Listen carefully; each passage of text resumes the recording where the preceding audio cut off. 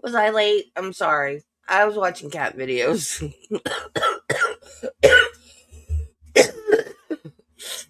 Hi, I'm Debbie. Welcome to my channel. We are watching the Alex Murdaugh Trial. Rewatching for some of us because he's going to get a new trial because of Becky Hill, the clerk that wrote a book. She did a little jury tampering or attempted jury tampering. So she wanted her book. She wanted him to be guilty because she wanted to write a book. So he gets a new trial because of that. And the last trial, they weren't thinking the death penalty, but this time they might be. So I don't know how I feel about that. I really don't. Anyway, he had some financial crimes. He was a lawyer. He stole from his clients.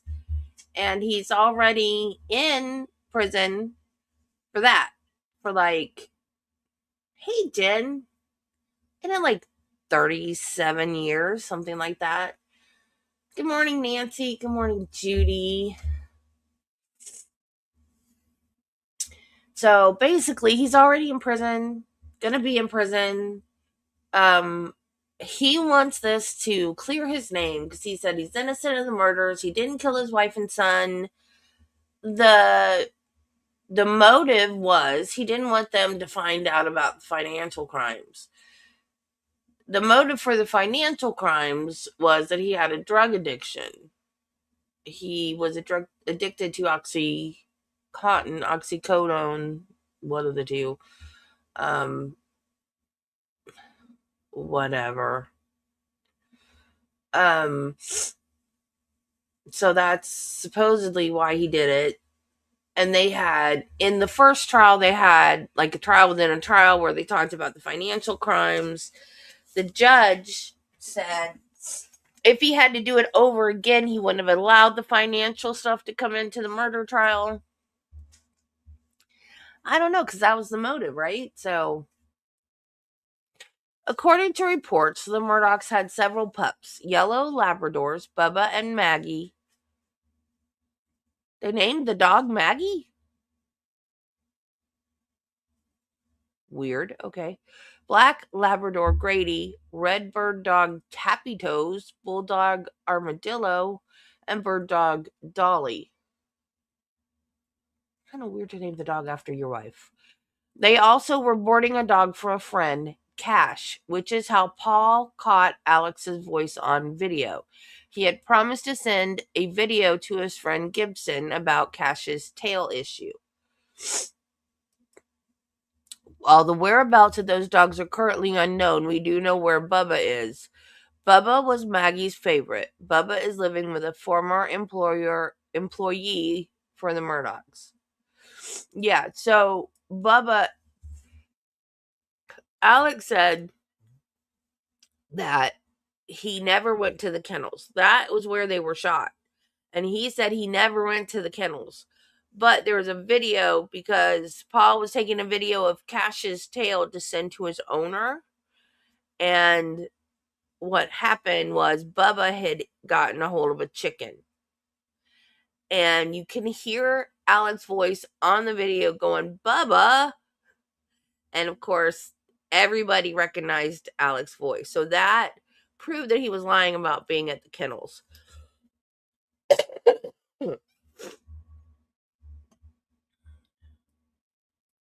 So Bubba solved the case, which I think is really, really cool.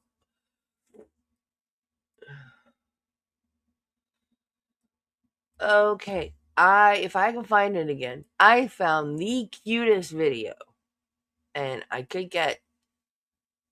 might have to delete it, but if I get, oh, no, that's not it. Dang, where was it? Oh, hang on. I can just go back to my history.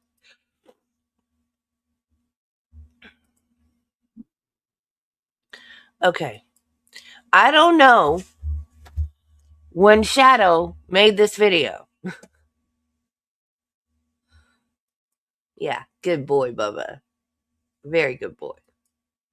But she needs to start paying me rent.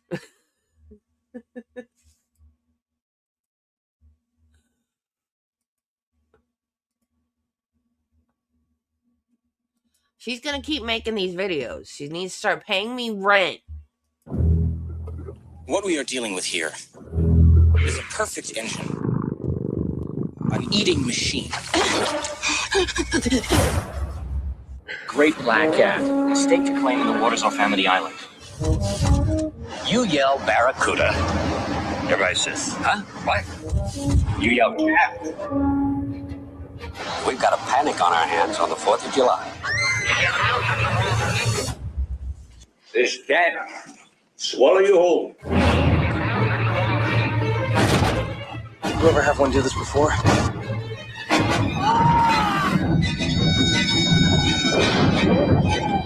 You're gonna need a bigger boat.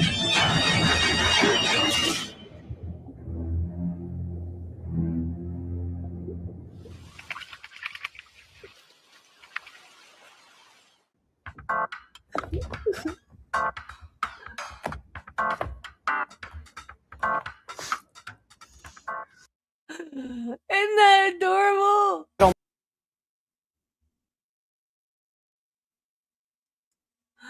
Isn't that adorable? I love that. I just happened across that this morning and I was like, oh my god, I gotta show them that. That cat looks just like Shadow.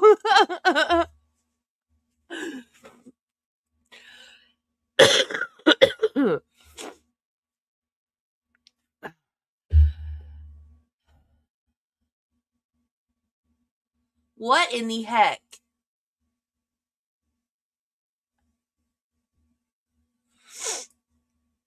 Hang on, I gotta watch this, so I'll let you guys watch it with me. I learned the other day, this is one of the most poisonous snakes ever. You just got a little gaboon viper, and he's just chilling in the palm of your Why hand. is this person holding it? Venomous, and one of the fastest striking snakes on the planet here. Yeah. Just chilling. Why are you holding it? And these guys are just a couple weeks old. Yeah, they're about 2 weeks old. So this is pretty much what little baby gaboon vipers look like when they come out. Mm-hmm. They're looking Why like are you that. holding it? They got that pretty pattern. Don't try this. No, duh. Pretty crazy, dude. Yeah, you're crazy. Yeah, like I said, at this age, hopefully they don't quite know my scent and know that it's, something out of the ordinary. He just thinks that he's maybe on a log, maybe on a branch. Hope? I'm substrate at this point, hopefully. Hopefully. God. I don't get people that... Ugh. I don't get that. I don't get why people mess with poisonous snakes. I don't get it. I don't get it.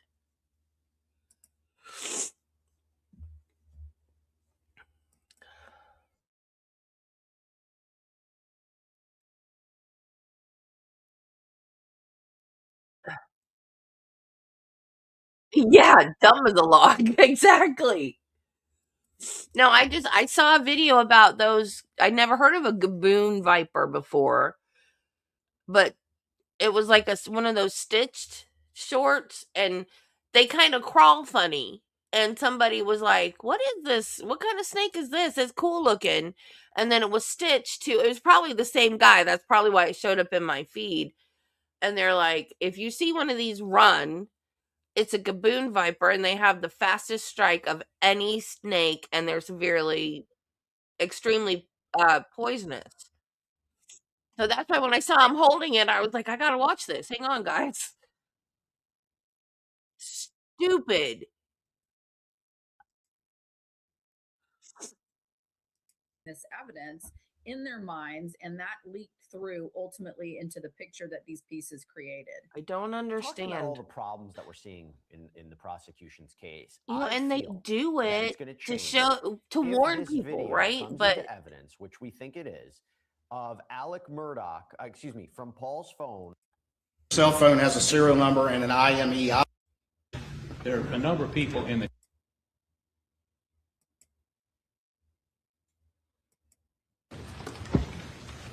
But it's going to end up like one day they're going to be warning people and something's going to happen.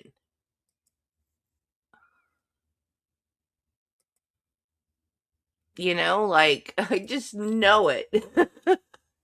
One day they're going to go, don't do this at home. And something bad's going to happen. Like my, yeah, exactly. Snakes just chill until they don't. Like my brother, he was a shop teacher in high school. A high school shop teacher. And he accidentally, with a circular saw, cut off some fingers. And he just stood there, gritted his teeth, and said, "This is what you're not supposed to do."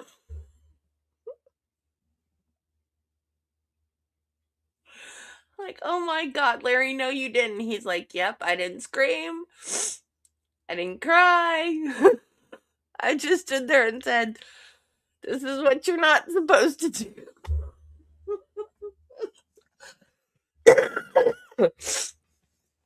And they were able to sew him back on. He's got full function of his hand and everything, but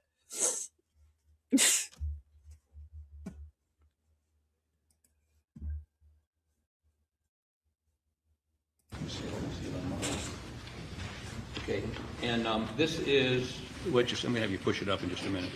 You don't need that. That's a receipt of property for Paul Murdaugh's phone. And if you'll slide the thing down a little bit, no, the other way.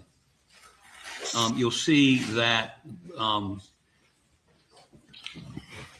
Bobby, what's his last name? Bancroft? no, received it from David Owens, who just started. Gave it to Bobby Bancroft, who then gave it to, I think it's a lunch break. R. Kelly. Break. I don't know which break. Right. And then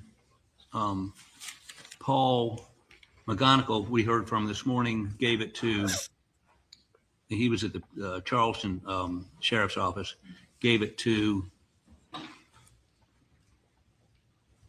whose name is that?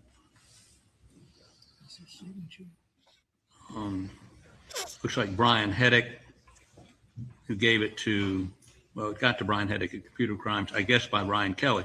The point I'm trying to make. The only tea I have is like a gallon bag. Is I don't have whiskey. there are a number of people in the chain of custody on this phone who haven't testified yet.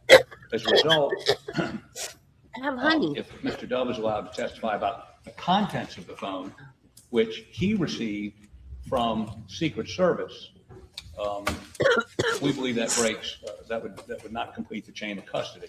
All we're saying is call these other people, and I mean, they're not going to be long witnesses, to complete the chain, to authenticate that what exactly came out of that phone was the phone that was found at the scene on Paul Murdaugh's body. I don't know if this is complicated or not, but it seems to me that they ought to have to do that. Mr. Waters. Thank you, Your Honor. Just very quickly, as we look at the chain on and I'll take this thing, on Paul's phone, and again, Mr. Conrad is going to call Lieutenant Dove here in a bit. We've had testimony from Jason Chapman about David Owen securing that phone. We've had introduction into evidence, Your Honor, without objection of both of these chain sheets. There was no qualification or objection to the information on these chain sheets. No hearsay objection or anything like that on both of these, which carried the chain all the way through. And then, of course, but we have testimony about the collection of that phone. We have testimony from multiple witnesses about the manner in which agents secure phones and the rest of that. And then we have testimony about that phone going essentially through a couple of couriers to Paul McGonigal, who just testified as to his involvement with that phone, as well as to his delivery of that back to Lieutenant Dove. And then you've had testimony from Agent Van Houten, who received that phone and analyzed it and then delivered that back to Lieutenant Dove. And Lieutenant Dove is going to be here to complete that chain. So if you look at the case law, and we do have some cases prepared if you need them. Where's the copies of those, please, Your This is not fungible evidence, and the case law is very clear, Your Honor, that chain, you don't have to call every single person that touched the evidence throughout the way, that it only needs to be established as much as is practicable. And I think we've done that in great detail. In any That's the critical question. Is it fungible or non-fungible? Is a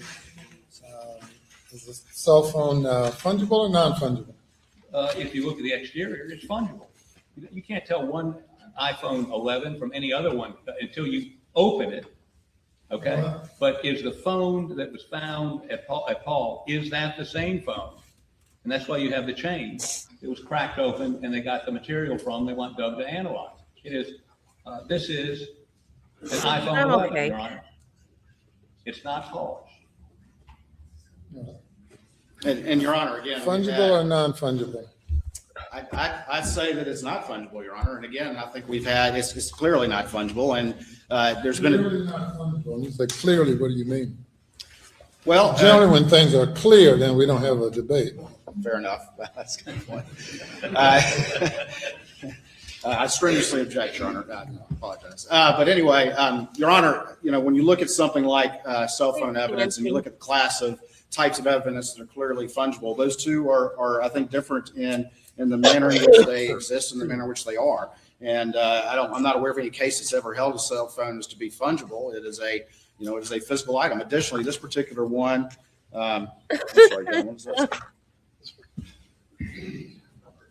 And additionally, this particular cell phone has a serial number and an IMEI that is specifically identifiable. The cell phones are not fungible. They are specific. They have specific identifying information like that. And so again, I think that given the weight of that and the weight of what we have established, we more than established the chain.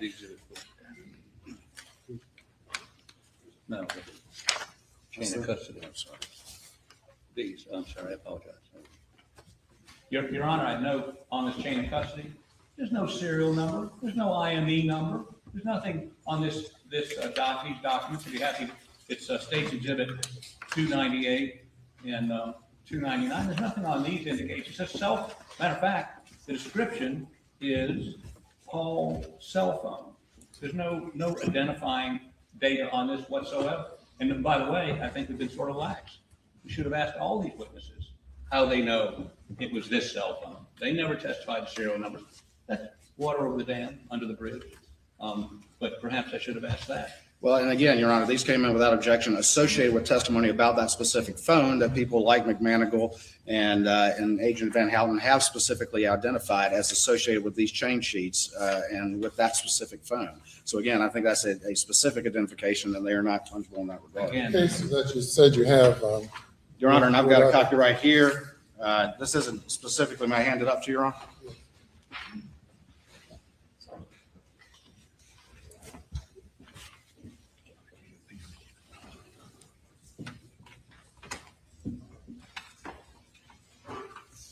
Tell me about the case. So again, Your Honor. State v. Pulley, yes, sir. All right. And again, this is just a general, this isn't related to cell phones in specific, but it does talk about, establishing the chain of custody as far as practicable. And again, it talks about where the evidence establishes the identity of those who have handled the evidence and reasonably demonstrates the manner of handling of the evidence, which we've had testimony as to both of those. Our courts have been willing to fill in gaps in the chain of custody due to an absent witness. Proof of the chain of custody need not negate all possibility of tampering so long as the chain of possession is complete. It goes on, Your Honor, and that, I apologize, that was from Head Notes 4, 5, and 6. It goes on to talk about a perfect chain of custody is not required. I think the evidence here on the whole has been more than sufficient to establish the chain. And additionally, even beyond that, I think that none of that precludes Lieutenant Dove to testifying about, given the foundation that's been laid, testifying about the contents of that extraction, pending any additional witnesses that will come in. I don't think that's precluded at this time either. He can still go forward and testify as to the extent of his testimony about that extraction, and certainly understanding that any additional witnesses are still forthcoming. So I don't think that precludes him from testifying as to the contents of that extraction. Your Honor, with all due respect to the Attorney General, the footnote says when establishing chain, the head note 4, when establishing chain of custody of fungible, bolded evidence where multiple people have handled or analyzed the substance, the identity of the individuals who acquired the evidence and what was done with the evidence between the taking and the analysis must not be left to conjecture. And there's nothing in any document we've heard or any witness that is specifically identified that I got cell phone M4381 and gave it to somebody else who said I got that same cell phone because it had the same serial number. If that's not conjecture, I don't know what is. And again, what's the big hurdle here? He's got 3 people he needs to call. Unless there's a problem with one of them, that signed this document that didn't have it. And I think that this is an important piece of evidence. And we ought to just require what's required by this case and every other case where there's a fungible item. Your Honor, again, going back to head notes 4 and 5, testimony from each custodian of fungible evidence, however, is not a prerequisite to establishing a chain of custody. Again, we've had testimony about collection, we've had testimony about the manner of collection, and we've had testimony from those who actually analyzed it in the interim to get to Lieutenant Dove, who will then complete that analysis. So we've got testimony about collection, we've got chain sheets supporting that, and then we'll have every person who actually analyzed it. And I think that's more than sufficient chain to establish its admissibility at this time. Anything further? Last word. Nothing from the state, Your Honor. Nothing from the defense. To the extent that this is a motion to exclude this testimony, the motion is denied. I do not believe that the portion of this case that State v. Pulley that says the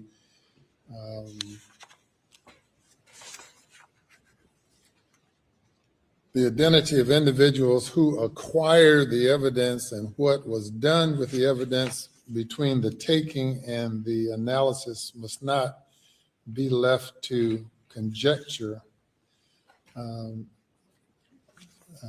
I believe that a cell phone is not a fungible item, but it is complicated to the degree that there was analysis done with the cell phone, but the testimony, particularly the testimony of Van Houten, sufficiently establishes that this phone was not tampered with, could not be tampered with, and I believe that the state has sufficiently established a chain. Cases have held that a perfect chain is not necessary, and I believe the state has sufficiently established the chain of custody to the degree necessary that the next witness can testify. So I deny the motion, and the objection is noted for the record. Your Honor, make sure the record, with all due respect, we accept her from the rule. I said it's noted for the record, yes. From the old school, I'm sorry. Yes, sir. Bring the jury. Your Honor, to be clear, we do have one interim witness before that witness will testify.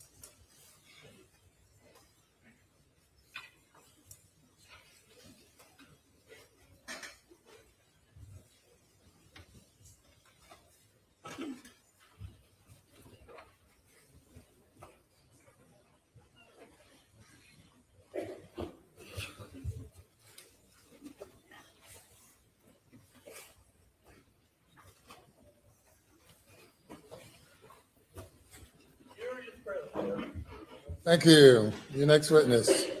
Thank you, Your Honor. The state would call John Bedingfield.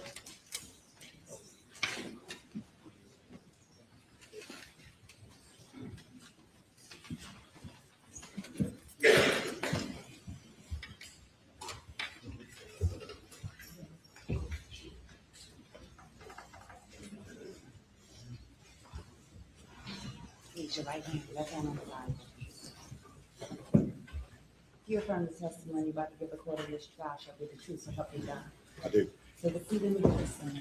State your name again for the record. Spell your last name, please. John Bedingfield, Bedingfield. Mr. Bedingfield, how you doing today? Doing good. Yeah, I know. I Tell us love where it. you live. Barnwell. All right. Tell us a little bit about yourself. Grow up there, or Grew up there, born and raised in Barnwell. Worked there my entire career, 28 years with the Department of Natural Resources. okay. Still live in Barnwell. Where do you work now? I'm the Region 3 captain, which is the Midlands region, Lake Murray, Lake Marion. Okay. And is that a law enforcement position? Yes, sir, it is. Are you a Class 1 officer? I am. And you said you've been with DNR how long? 28 years. Has that been the extent of your law enforcement career? Yes, sir. Are you still employed there? Yes, sir. Do you have any other businesses or any other economic stuff you're associated with? I do. Back in 2016, I got a federal firearms license to sell and manufacture firearms. And tell me how you got into that. What led you to develop that? Is that like a side business? Side business is just a passion I had of working on guns and building guns. Decided to turn it into business. All right. And you mentioned federal firearms license. Is that what people know as an FFL? Yes, sir. All right. Just tell me very quickly what it takes. What does it mean to have an FFL?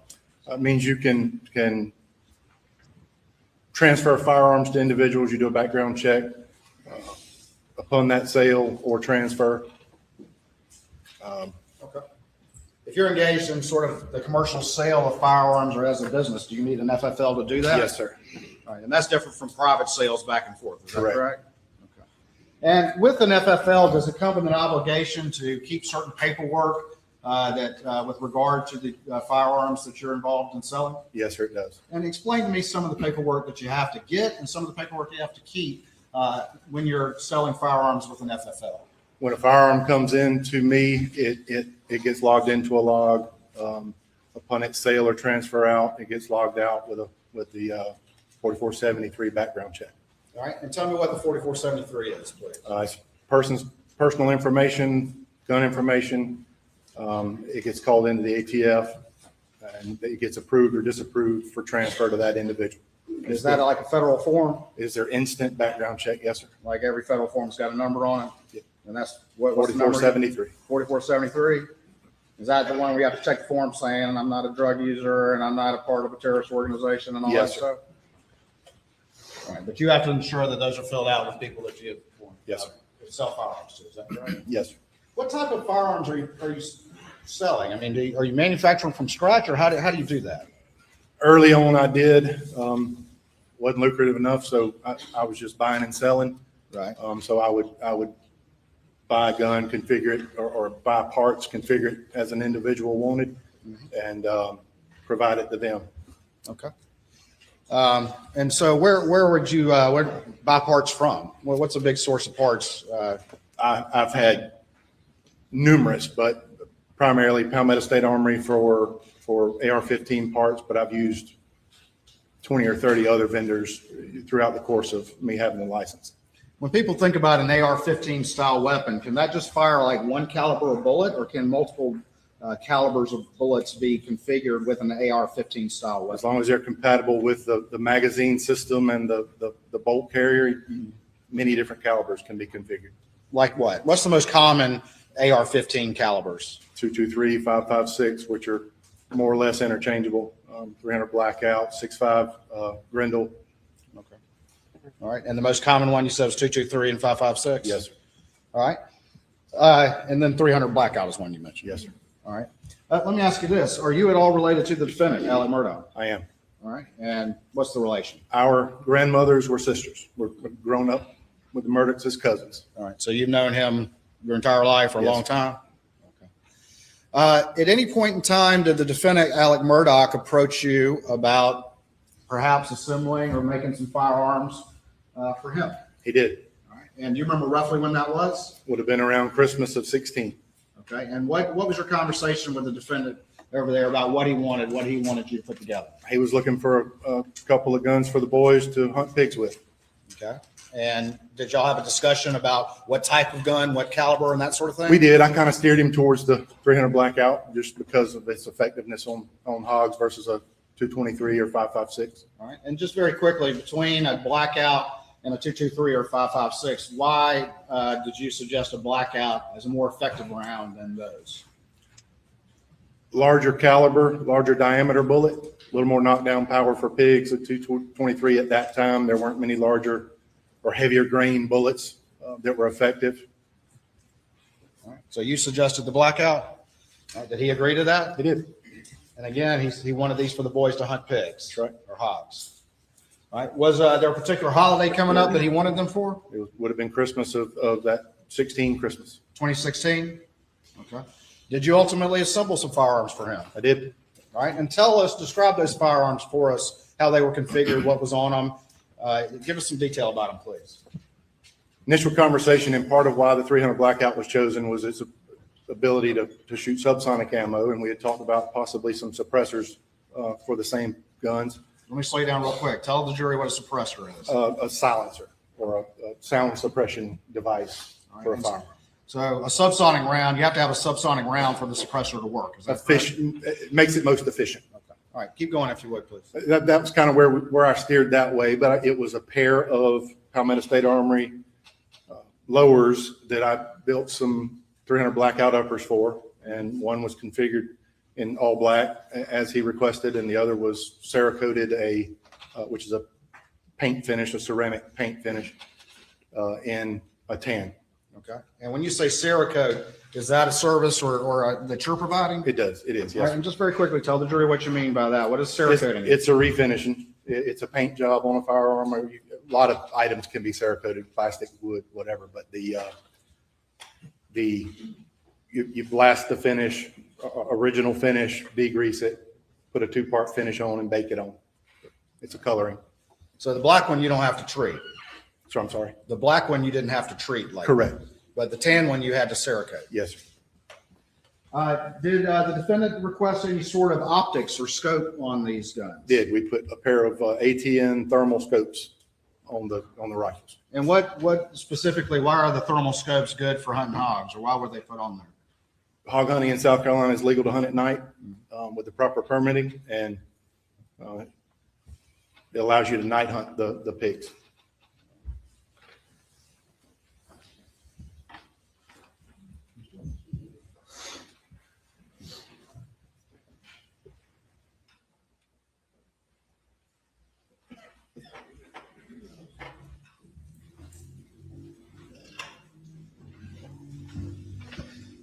All right, Mr. Bedingfield, I'm going to show you what's been marked as Exhibit 302 for identification at this time, and see if you recognize that image right there.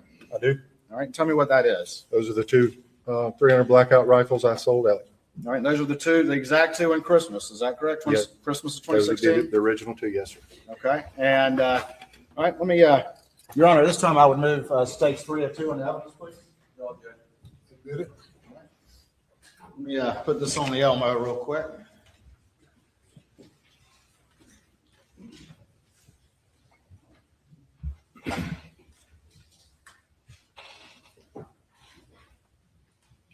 All right, can you see that on your screen there? Yes, sir. Okay, and just real quick, if we look down at the end of the barrel on these, what are those things right there? Those would be the suppressors.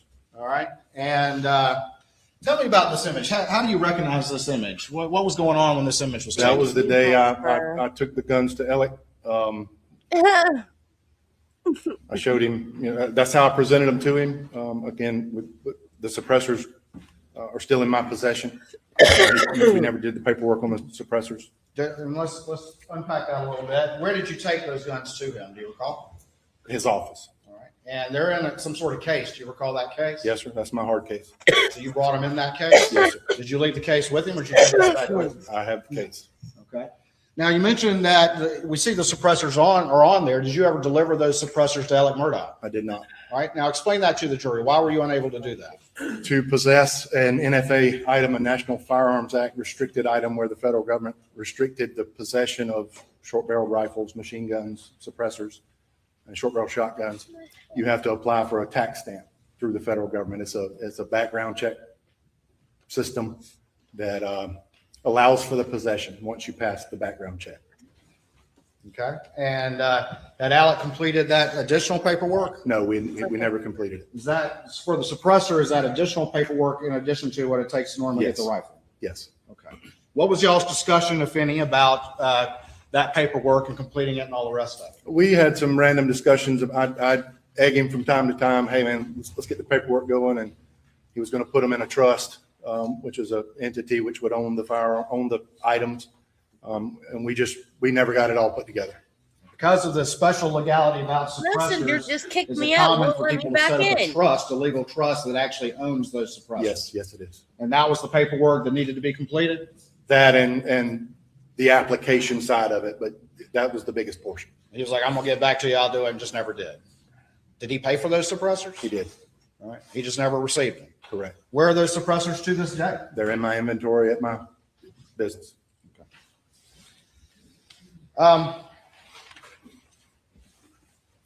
At some point in time, did you ever have another conversation with Alec about making another blackout? I did. And when roughly was that? Do you recall? It would have been around April of 2018. April of 2018. All right. And what did Alec tell you? What was your conversation with him about making a third blackout? That Paul had lost or misplaced his rifle and he wanted to replace it. Okay. And did you ultimately make him a third blackout? I did. Did this particular rifle, did you put any optic on it? I did not. All right. Did Alex say, don't put an optic on it because they already lost the other one? Yes. Those optics are fairly expensive? They can be, yes, sir. All right. And roughly how much were the thermal optics that we see on this particular picture that's on the screen, the exhibit I previously had admitted? $1,500 to $1,800 each. All right. So the third one did not have an optic on it? Correct. And did you ultimately provide that weapon? I did. All right. Well, tell me how you provided that. Did Alec pick it up or did somebody else pick it up? He did not. When I let him know it was ready, he said he was unavailable and Maggie would come pick it up. Okay.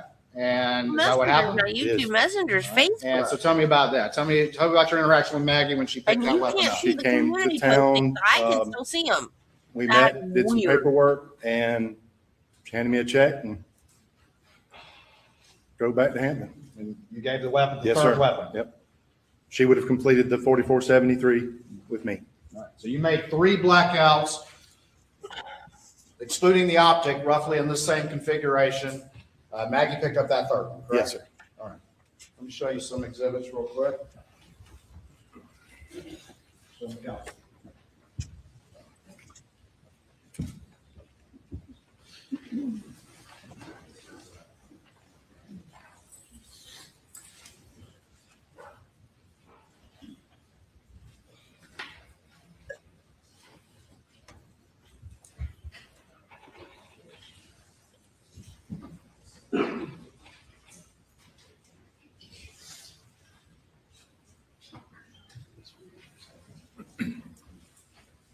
All right, let me show you what's been previously marked for identification with states 247, and I'm gonna have you flip through those and just first tell me generally if you recognize the documents in states 247.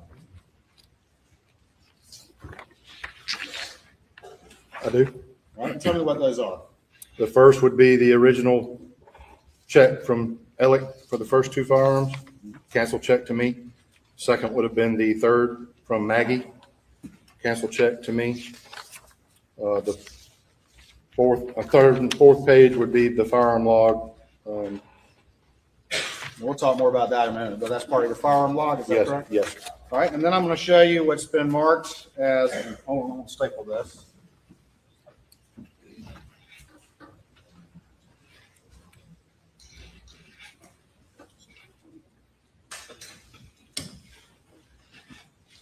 I'm going to show you what's been marked as states 245 and see if you recognize this document. I do. All right, tell me what that is. It is the original 4473 from the first 2 firearms to Alec. All right, let me see this back real quick. Your Honor, this time we would move to states 245 and 247 into evidence. Admit. All right. We'll put these up on the screen. All right, this is State's Exhibit 247. And we're looking now at the first page. Describe to the jury what that is, please. That is the canceled check from Ellie for the original 2 firearms. For the original 2? Yes, sir. And what's the price on that, please? I can bring it to you if you I got it. $9,188. All right. And what's the date on that, please? I'm sorry? What's the date on that? 12/23/16. And is this a record that you kept in accordance with your FFL obligations? The check, no, sir. We retrieved that from my bank. Got it. All right. Go to the second page of this exhibit. You recognize that? Tell me what that is, please. That is the check for the third replacement 300 blackout to Maggie Murdaugh. That's the check she wrote to me. Yeah, All right. messenger. What's the amount on that one? $875. All right. So the first one for 2 of them was $9,188, correct? I was Yes. in the middle of a And the conversation second with one is somebody only too. $875, is that It right? wasn't Yes. like I just picked it There's up the and went difference to it and between went those, let me log that in. the second one didn't have the optic and didn't have the suppressor. Is Slings. that part of the difference? Yes, sir. Okay. I was talking to my cousin in the middle of a All right. conversation. Before we get to the rest of that exhibit, let me go to 245, and I'm going to show you this. This is what now? That is the 4473 for the first 2 300 blackouts. All right. And if we see down here little letters that says Form 4473, is that right? Yes, sir. And these are all the questions that you have to answer to buy a firearm. Correct. Okay. And whose name do we have on this? Richard Alexander Murdaugh. All right. And then right here, what are these 2 things right there? That would be the serial numbers from each of the firearms. All right. And let me ask you this real quick. With an AR style platform, is every part of it serialized, have a serial number, or if not, what parts are? Only the lower receiver is serialized. All right. And you talk about the lower receiver. Let me take this back up. Point to me what we're talking about on this picture. This portion of the firearm. Okay. And I'm going to put it back on the screen. I'm going to point to what you just did and tell me we got it right. Okay.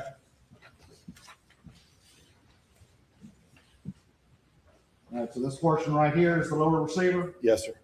and that's the serialized portion, correct? Correct. All right. And finally down here, what do we have right there? The date, All right. What's the date on that? January 10th, 2017.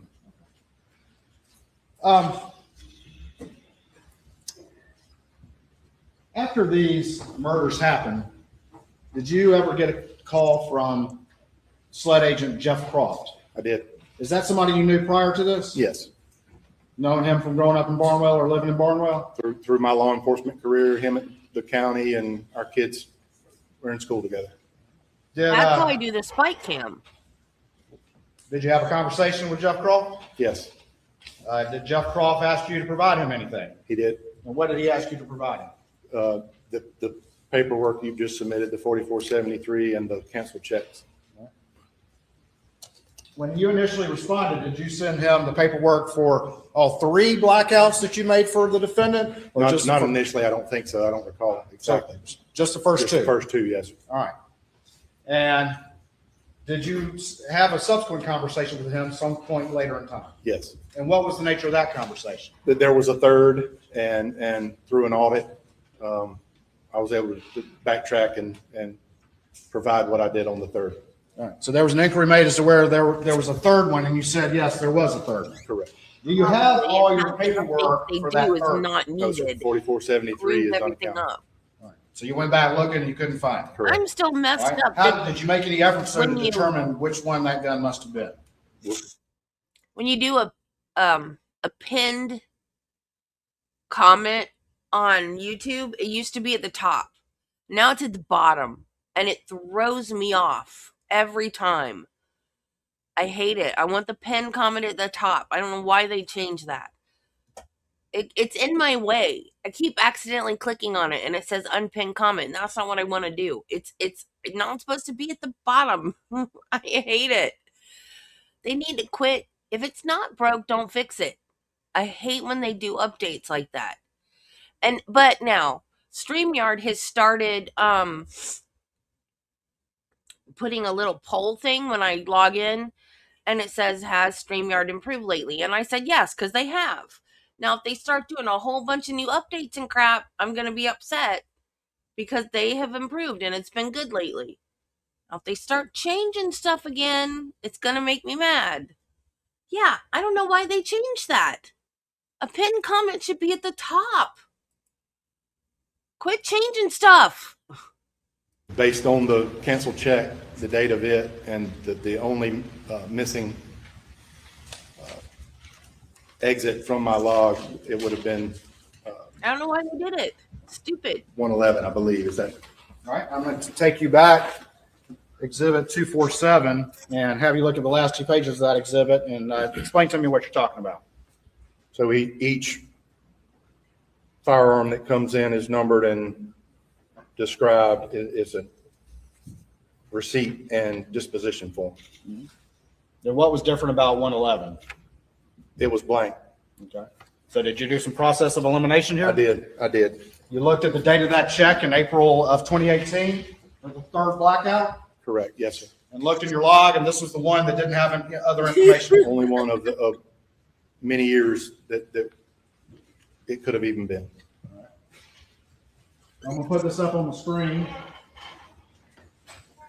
And is this 111 right there that you're talking about? Yes, sir. Okay. And then we go over to the second page, and if they were laying next to each other, it's like a logbook. Correct. And if these pages were laying next to each other, this was the blank one, correct? Yes, sir.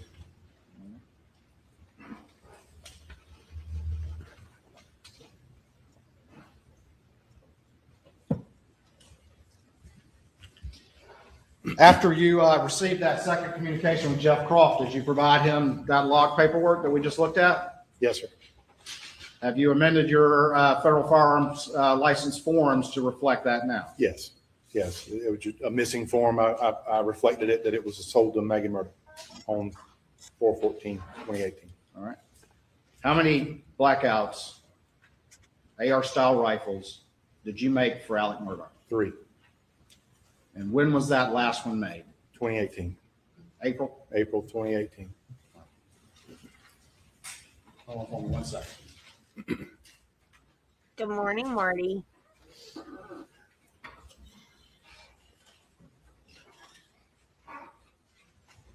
All right. Thank you, Mr. Bedingfield. Answer any questions the defense may I thought I have. was stupid. They lied.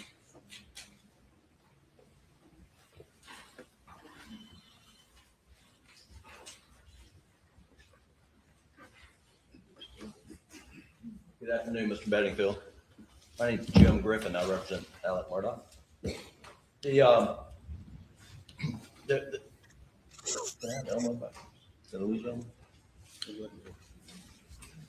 No, I just need Elmo to activate.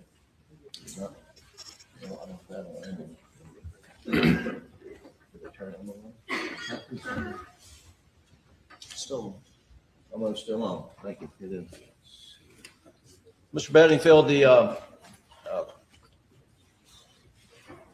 these were the 2 300 blackouts that were sold to Alec for Christmas in 2016. Is that correct? Yes, sir. And one was black and one was tan, right? Correct. And and you know which gun went to which son? I don't recall. All right. And then you built a replacement 300 blackout sometime, I believe you said in 2018. Is that Yes, right? sir. And was that a tan one or a black one? That It would have been black. excuse me. It was black. So The third one, I'm sorry, was black. The third one was black. Yes, sir. So if the tan one was lost in this, then Mr. Murdaugh would have had, or his boys would have had 2 black 300 blackouts Yes, sir. I assume so. after 2018. Now, the original price was $9,188 for the 2 firearms that Buster and Paul got for Christmas in 2016, correct? Yes, sir. And that included the cost of the basic weapon, the modified AR to 300 blackout, correct? Yes, sir. And then it included the cost of the thermal night scope. Yes, sir. And you said that's about $1,500 each? I'm guessing at that, but yes, sir. Okay. And then so that's like 3,000, but for 2 ballparking, right? And then the suppressors, how much are the suppressors? They typically, I don't remember on those, but they around $1,000 a piece. So that's another 2,000. So, but Mr. Murdaugh never took possession of the suppressors because it required some trust or some. It's a type of gun, Nancy. More paperwork. Okay. And but now the type replacement of rifle. Is it? that Yeah, was it's purchased a type in of rifle. 2018 was only $875. Did you build the replacement? Yes, sir. Did the price go down in 2018? Well, the lack of accessories and the Cerakoting was included in that as well. Slings on this rifle, on the ones we're looking at here, were included in the first one. So a stripped down model of was the replacement 2018 just stripped down model as basic as you could Oh, buy? thank you, Judy. She Pretty much, explained it yes, better sir. than I did. Similar configuration. Because I don't know As anything far about as I guns. remember, it was a free-floated 16-inch, 300 blackout. And you assembled the ones in 2016 and the one in 2018. Is that right? Yes, sir. And did you get the component parts from Palmetto State Armory? I'm not sure exactly where they would have come from. The lower receiver would have been, yes, sir, but the upper components, I would source those out from different vendors. I'm not sure where they would have come from. And when you, let me ask you about the, I guess the ejector. Do you know what that is? Ejector? Yes, sir. And is that upper portion, lower portion? Upper. And is it housed in a, or do you put the ejectors in separately, or does that come? In a bulk carrier group.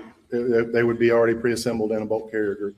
Okay. And do you know where you bought the ejectors for the 2016? No, sir.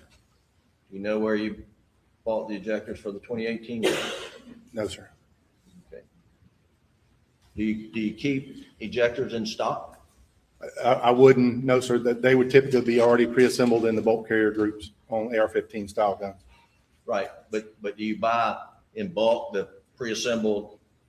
No, bulk sir. carrier? As someone requests something, I'll source it out, see where I can find it and build it. Order parts to put together. Are 300 blackouts sold without having to have someone like yourself build it? Yes. Okay, and who carries 300 blackout if I wanted to leave here, go buy one this afternoon? The most common in the state of South Carolina is Palmetto State Armory. So they assemble That's them. where I was a dealer for them, and I was buying parts for them on a lot of builds as well. And how long have you been selling or building 300 blackouts? So I've been in the business since 2016, so there's a lot of other guns I've built as well. And this list that you had, I'm not going to go through it, but it is Exhibit 247.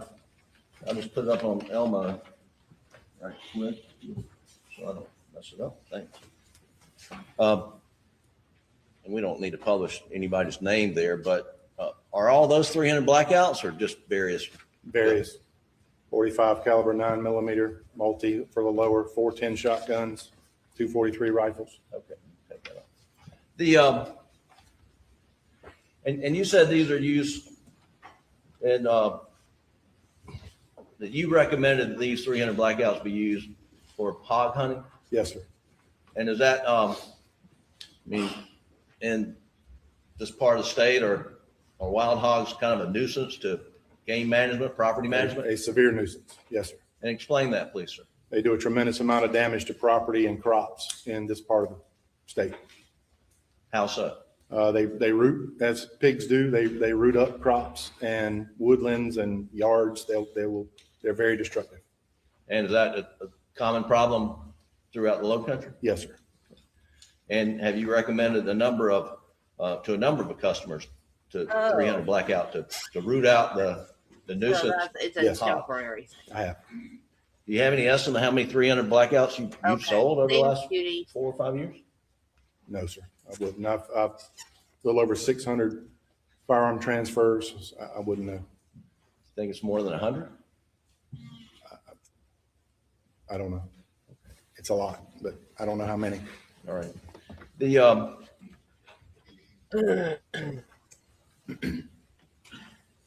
you mentioned that you and Alex Murdaugh are related. Is that Yes, right?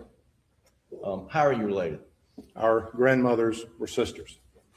Okay, and does that make and your I'll call us second cousins. We're cousins. your fathers were first cousins, right? Correct. Okay. And Second. you spend over the years you spend time with Alec and the boys? I have. Not a lot with Alec, mostly with John Marvin. Third You cousin, go, right? have you been camping with Second Alec and the boys at I Second think cousin. that big dad used to host a big camp every year? I have. And you've been fishing with them? Not much. Been hunting with them? No, sir, not Alec. Okay. I have with John. Right. You've known Alec for quite some time? My entire life. Are you, well,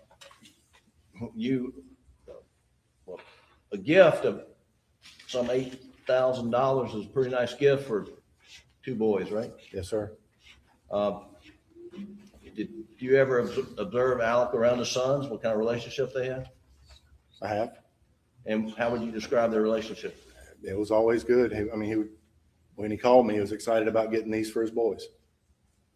And it was a big Christmas for them. I Yes, take sir. it. Okay. All right. 1 second, Ron.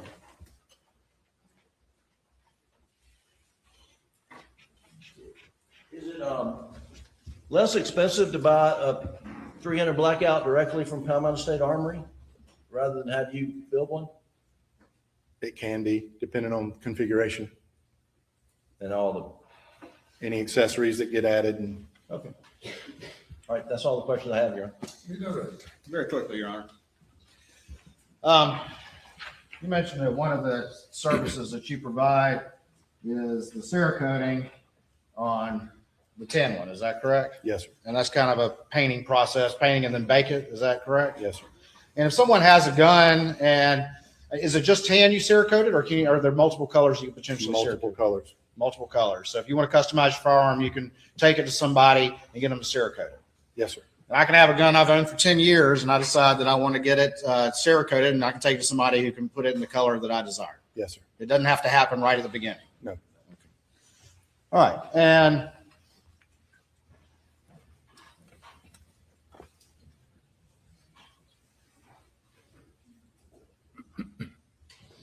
looking at right here on the third page of State's Exhibit 247, we have right here multiple calibers of gauge. Is that correct? We have caliber of gauge listed. Is that correct? Yes, sir. And we have a number of different ones right here. That's 45. Yes, sir. Is that 45 ACP? Colt 9. Yes, sir. All right. 9, is that 9mm? Yes, sir. All right. Then we have, what does that say right there? Multi. Yes, sir. What does that mean? The lower receivers are stamped multi-caliber when they're sold as bare receivers. 410, caliber- that's a shotgun round. Yes, sir.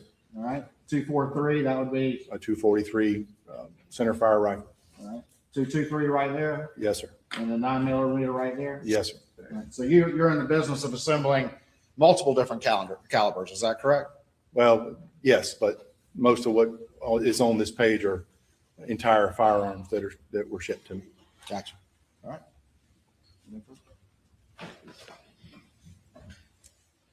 Stand by for me 1 second.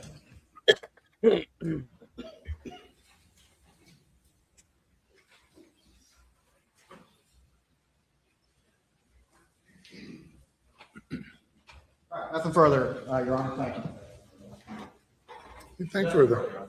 Thanks, sir. Call your next witness. State calls Lieutenant Britt Dove for sled.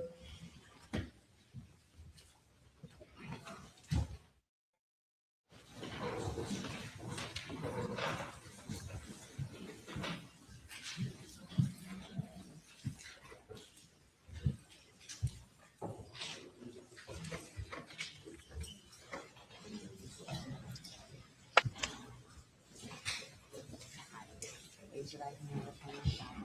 You from the testimony about the witness before the mistrial shall be the truth, so help you God.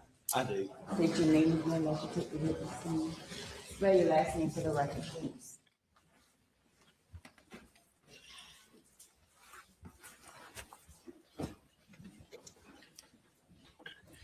Britt Dove, Dove. I go by Britt. I'm known as David Britton Dove. Okay. And Lieutenant Dove, where are you currently employed, sir? For the South Carolina Law Enforcement Division, known as SLED, in the Computer Crime Center. What's your rank? I am a lieutenant in the unit. So you're in supervisory capacity over the computer crimes unit? Yes, sir, I am. And how long have you worked at SLED? I began my career at SLED in June of 2008. Did you have law enforcement experience prior to working at SLED? Yes, sir, I did. I began my law enforcement career in December of 1999 with the West Columbia Police Department. I served as a patrol officer and a school resource officer with them. I also was with the Richland County Sheriff's Department for several years as a resource officer. And then I came back to West Columbia as an investigator, handling family violence, elder abuse, child abuse, sexual assault investigations before coming to SLED. It's a new. And since you've been in SLED, I believe did you just say it was 2008 when you started SLED? Yes, sir. What roles have you filled at SLED since 2008? When I began at SLED, I began as the undercover chat specialist dealing with internet crimes against children and also doing digital forensics, whether it be computers, cell phones, tablets, at the time, GPS systems. From there, I moved into the role of working with file-to-file trading of child pornography and dealt with that. And then from there, I moved into the role of doing general investigations while continuing to do digital forensics before I became a supervisor. All right. You're a supervisor over computer crimes, is that correct? Yes, sir, I am. And just briefly, what exactly does computer crimes do at SLED? Oh, Computer crimes at SLED, I didn't know they do this. several things. One, when local agencies submit digital evidence to us, whether it be a laptop, a tower, tablet, didn't even notice. DVR, cell phone, servers, we will go and Why try is to there so extract the much background noise in information this to look courtroom? for anything that's relevant to the investigation. We also do handle some investigations. We're not We also formal in do the South, but that's internet and we're other in kind of this investigations, courtroom. along with doing intrusion investigations on servers and ransomware. Okay. Now, you've talked a little bit about computer and phone Do your forensics, job. and that's something you have experience in, is that correct? Yes, sir. Give the jury a brief description, and we'll get into more details later as we go through some of the evidence, but what is computer forensics and what is phone forensics, and how are they different? Computer forensics, when we receive a computer, whether it be a laptop or a tower, it's going to be treated the same way. We're going to attempt to remove the hard drive from it, connect the hard drive to a physical write blocker, which is a piece of hardware that we connect it to. We also use a software write blocker. That way we can extract the information and get a bit-by-bit forensic copy of all the addressable area on the drive. And then that way, that's what we work off of, is that copy, so that we can then do not disturb the original evidence when we're looking to see what's on there. Cell phone forensics are a little bit different. You can't remove necessarily, especially with the newer ones, you can't go and remove a hard drive from the cell phone. So many times what we have to do is connect the cell phone to hardware devices, whether it be Celebrite, Gray Key, Axiom, or one of the other ones out there. Once we connect it, then we will extract the information from that and then work off that information that's extracted from that in order to do the examinations. All right, and if you had training over the years in computer and phone forensics, Yes, sir, I have. can you briefly describe to the jury some of the training you've had? Yes, sir. If I may refer to my notes. I am currently a certified Celebrite operator. I'm a Celebrite certified physical analyst. I'm certified in advanced smartphone analyst with Celebrite. I'm certified with, used to be Black Bag, Mobilize operator. I'm certified as a blacklight examiner, and I've also received certification for Axon Investigative Certified Operator and Examiner. I'm currently a member of the Secret Service Task Force. I'm also a member of the FBI Cyber Working Task Force, and also the FBI InfraGuard, along with the South Carolina Internet Crimes Against Children Task Force. I've received training from Celebrate to receive these certifications and been tested on those. I've also received training with the National White Collar Crime Center for basic data recovery and acquisition, identifying and seizing electronic evidence, encryption, metadata, and EXIF tags, electronic law enforcement seminars, basic computer skills for law enforcement, network intrusion response program, introduction to cell phone investigations, virtual currency, blockchain tracing, and cryptocurrency anti-money laundering, and the future of preserving digital evidence. I've also attended the National Computer Forensic Institute with the Secret Service and received training in the basic computer evidence recovery, basic network investigative training, point of sale training, advanced forensics training, network intrusion response program, digital evidence investigations, MAC forensics training. I've also received training from Access Data, also known as FTK, and Internet Forensics. I've received training from Texas A&M, their School of Engineering Extension Services through FEMA for forensic or digital forensics basics, network assurance, information security for everyone, cyber incident analyst and response. Also received training from HIDA courses, Atlanta, Carolinas, the Social Media Resource Investigations, Black Bag as technology, where I received training to become a certified mobilized operator. Also with basic technology for autopsy 8-hour online training, which is a forensic tool to use for computers. Intro to DFIR, the divide and conquer process. I've attended magnet forensics virtual summits for pattern of life analysis, timeline user generated activities. Virtual summit, taking a bite out of a Chromebook analyst.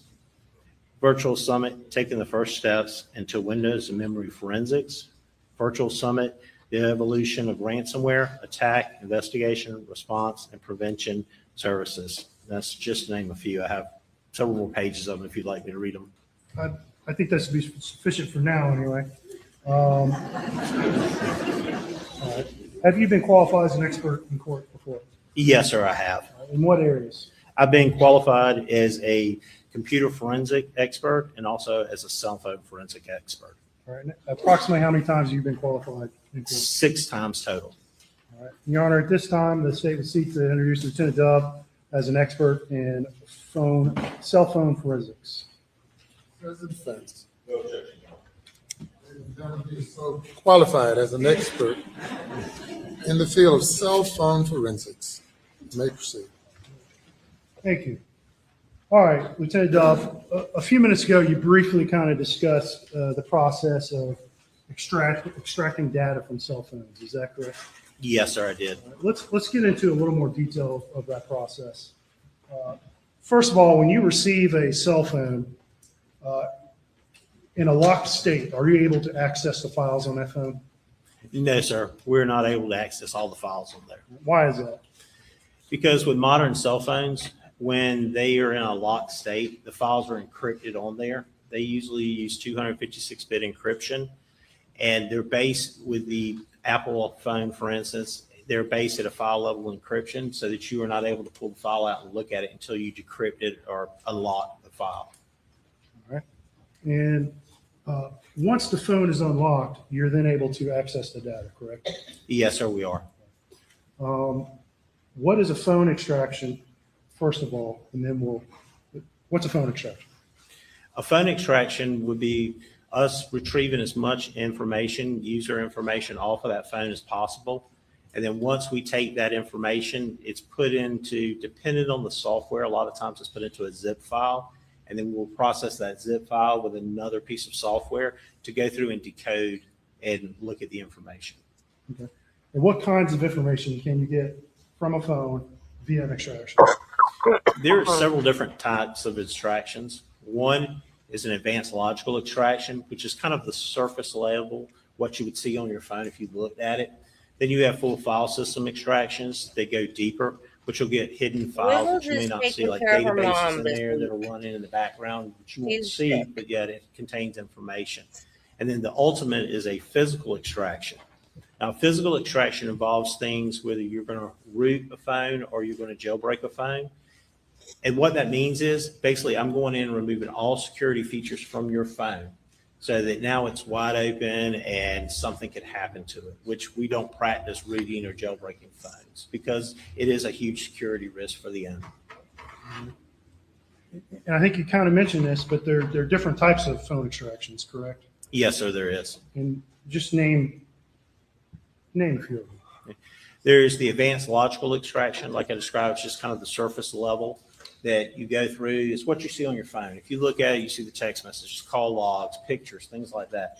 Then you have the file system, which are going to get you databases in there. They're going to get you things that you're not seeing, along with the surface level.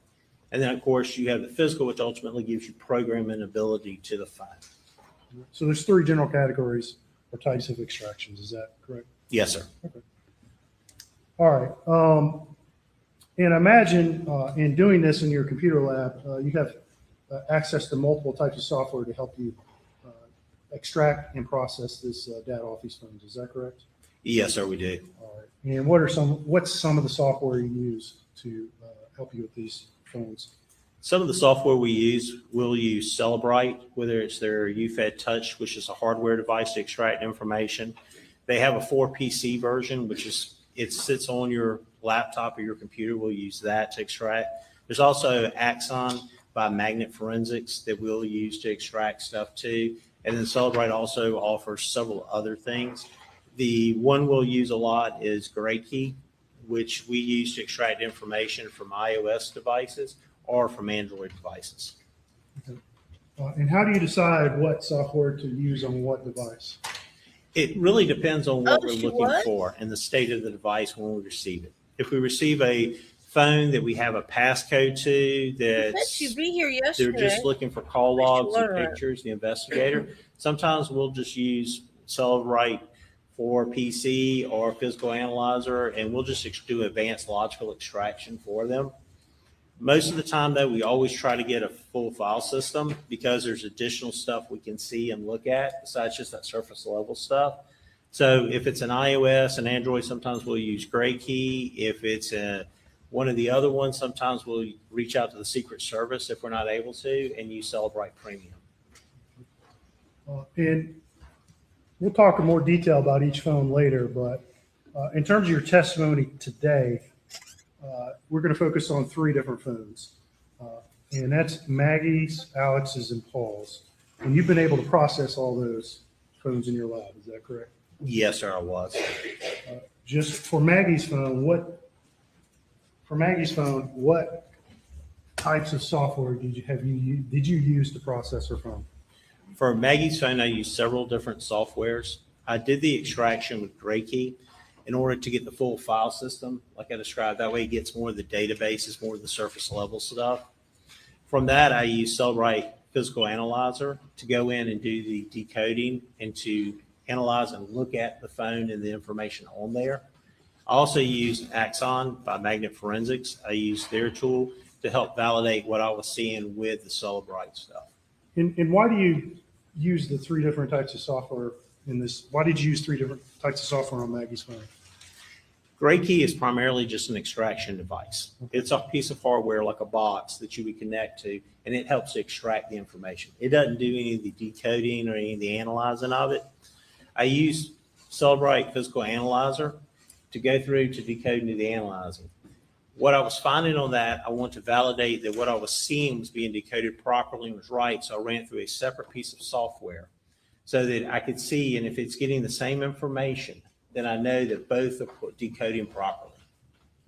So, for example, if you find a particular text or photo that has a certain timestamp on using Celebrite, you want to check on Axiom to see if it has the same timestamp. Is that something you'd look for? Yes, sir. Correct. And what would that tell you if you saw they had the same timestamp? If it told me it had the same thing, they would have validated each other, that both were working properly and decoding the information properly.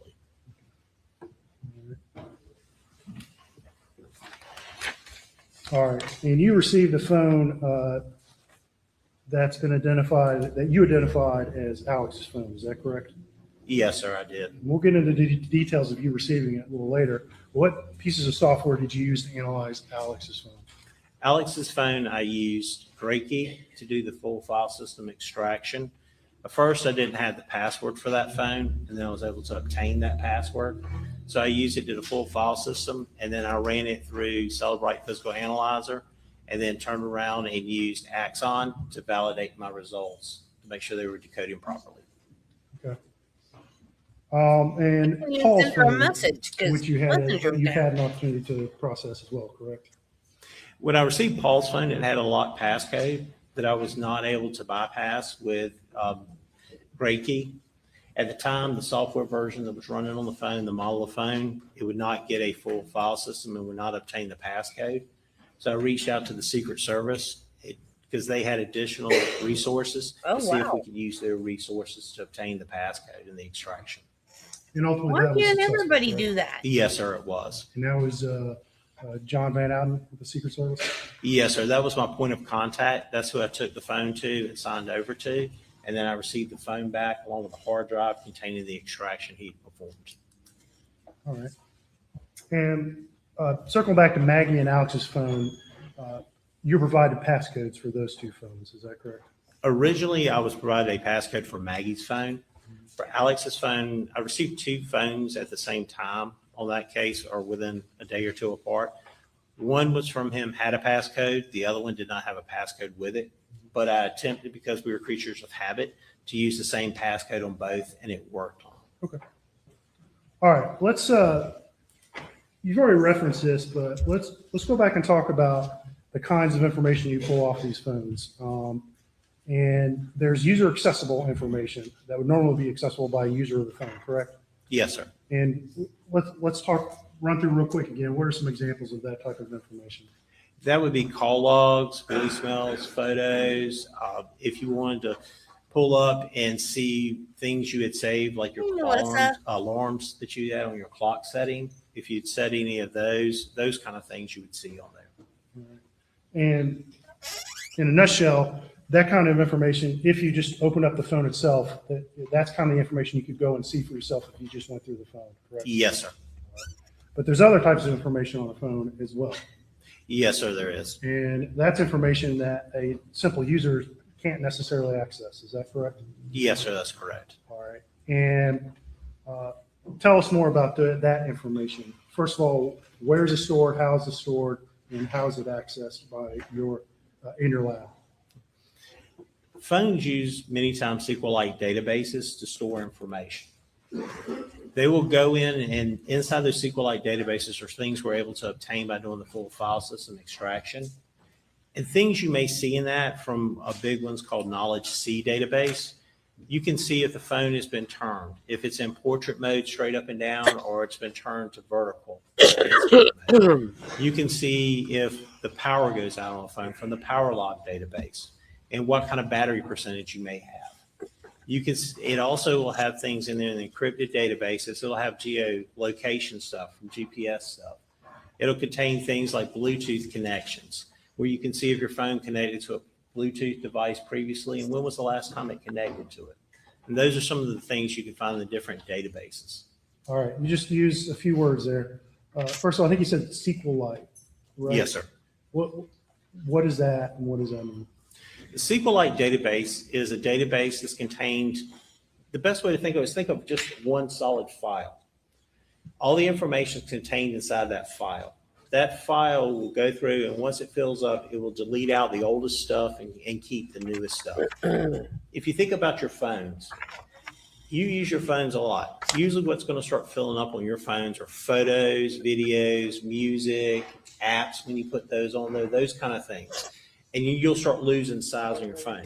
Well, the SQLite database, because it's a file, it's not going to continuously grow and eat into all of that space. It's going to take up a certain amount to begin with because it's an operating system, but it stays within that contained file.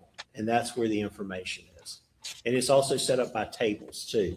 So you would have to go in and look at the different tables to be able to interpret the information. Okay. Now, those types of databases, I think you just said they're typically self-contained. Yes, sir. And they don't just keep writing to cover the entire phone memory, do they? No, sir. If you had a SQLite database like Knowledge C, for example, it's not, if you just continuously took your phone and went and changed the orientation of it, or you went and started doing things like plugging it into an outlet to charge up or unplugging it, doing different things like that, it's not going to eat up all your memory in the phone. Your memory is going to be mainly eaten up usually by photos, videos, apps that you download, things like that.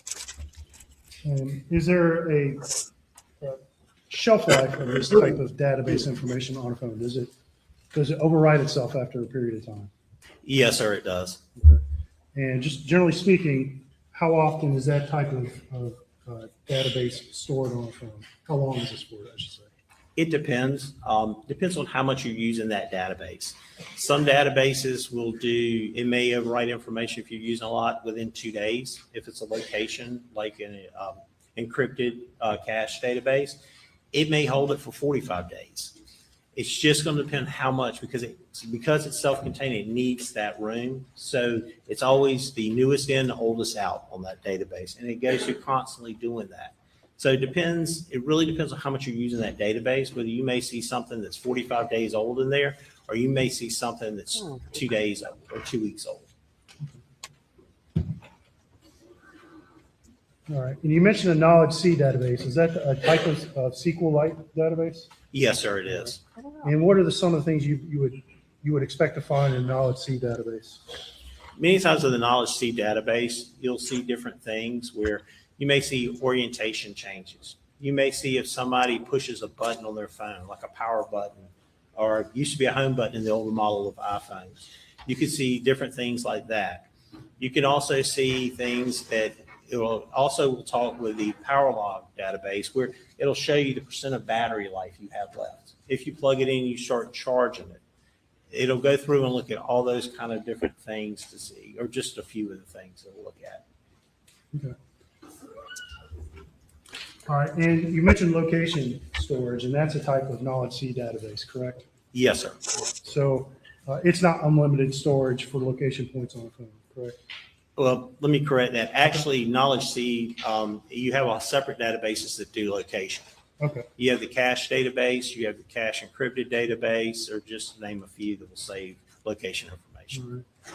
And so phones, depending on how the user has their settings, will store location data, correct? Yes, sir. A user can make a selection on their phones whether they want to always give out their location only while using an app or never. It's a setting that a user gets to choose if they want, or it sets by default. Sorry. And what are the different types of location data that a phone can store? A phone can store many things. It can store cell towers that it's seen, depending on the database it comes out of. If it's the encrypted cache database, a lot of times it will tell you what networks it's seen, but will not tell you the exact date and time that it has seen those networks. But it will tell you it's at some point in its life it's seen this network at this location. You have the cache database. Many times it'll go through, and that'll be pulling GPS information. You'll have also databases that'll pull cell phone tower information if it's available. And just, again, generally speaking, would GPS location information be more accurate than something like a cell phone tower location information? Yes, sir, it would be. All right. And again, speaking generally, Lieutenant Dove, when you do a phone extraction, are you altering the data that you're pulling off the phone in any significant way? No, sir, we're not. And how do you tell that? How can you know that for sure? For example, if we use a phone and you use Gray Key to do the extraction on it, it'll produce a report, and in the report it'll tell us if it was successfully pulling it. It also will give us an MD5 hash value at the end, which is a mathematical algorithm that goes through and computes a very long number with letters and numbers. We can then take the extraction and run our own hash against it for an MD5 and compare it with another tool to make sure those two numbers match, and that means that no data has been altered. Okay. And have you performed these MD5 comparisons for the three phones we're going to talk about today? Yes, sir. And you're confident in telling this jury that nothing you did significantly any of the data that you're going to tell them about today? Correct. All right. Let me ask you real quick, what is a Faraday bag? A Faraday bag is a bag that's used to put items in that can receive cell phone, Bluetooth connections, Wi-Fi connections, GPS things. It helps to block those items from being received on the device. Okay. And are there other ways to block a cell phone from receiving those types of signals? Yes, sir. And what are some of those ways? You can also place the phone in airplane mode. In airplane mode, when you set your phone to that, you will not be able to receive any Wi-Fi connectivity or cell phone connectivity from the cell towers. You can also remove the SIM card. It's another way of ensuring that you're not receiving those things. The difference in airplane mode versus a Faraday bag is that the phone will still be able to receive GPS. Okay. All right. And what danger are we concerned about when we talk about putting a phone in a Faraday bag or in airplane mode? That somebody could wipe the phone remotely. Okay. And specifically, when you say somebody, who? Anybody that would have take an iPhone, for instance, if somebody knows a user's iCloud name and password, they could get on, say the iPhone's lost or stolen, and it will wipe that phone. Okay.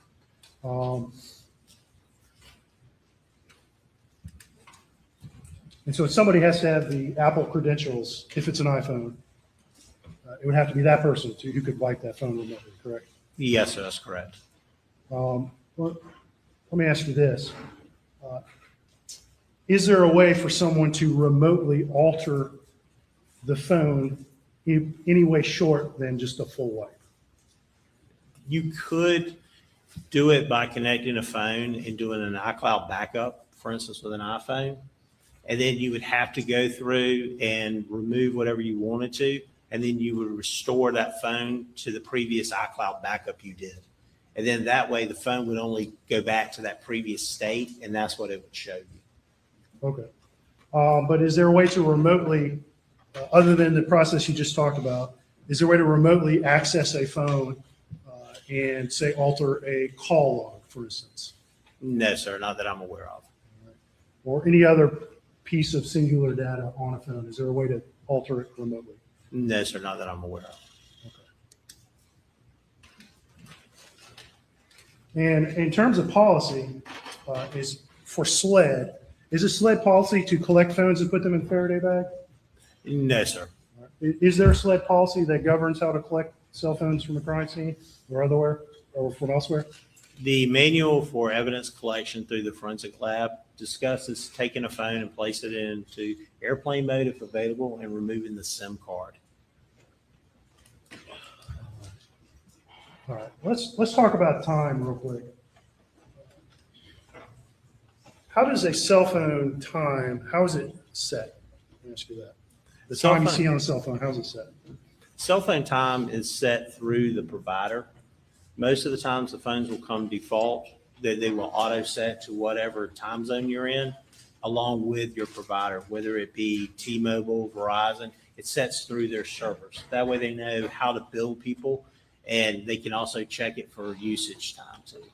Okay. And is a cell phone kind of like my oven where I set the time and a year later it's like 10 minutes off? No, sir, not usually, unless you went in and removed the auto times on it.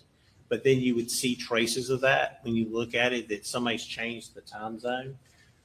It will go back to the original time zone. Whereas if you drove from South Carolina to Alabama, for instance, right after you cross that state line, within a minute, your phone's going to update to that current time zone, which is an hour behind us automatically. All right. And so when we compare two phones and we compare events on two different phones that occur, either at the same or similar times, are those time references the same? Yes. And how are those time references synced? They're synced through the server. Each phone's going to be synced through the server individually. And then when you look at them, you can see what time zone they were set in, along with the reports, along with looking to see. And then you can always confirm if you needed to through like call detail records or something else if you want to go another step into validating the call logs versus what it's seeing from the cell phone provider. Okay. I'm going to show you, it's in evidence as State's Exhibit 204. 204 is.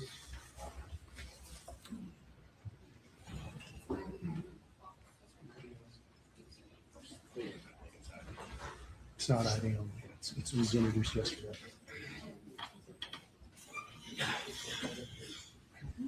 Stand for a moment.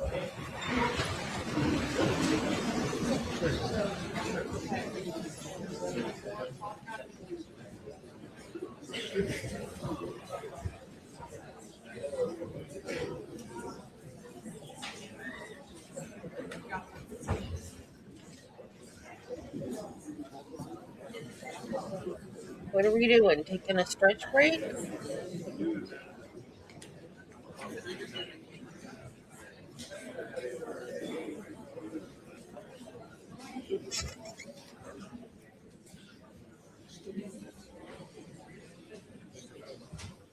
State's Exhibit 204. And I'm going to ask you if you recognize that, sir.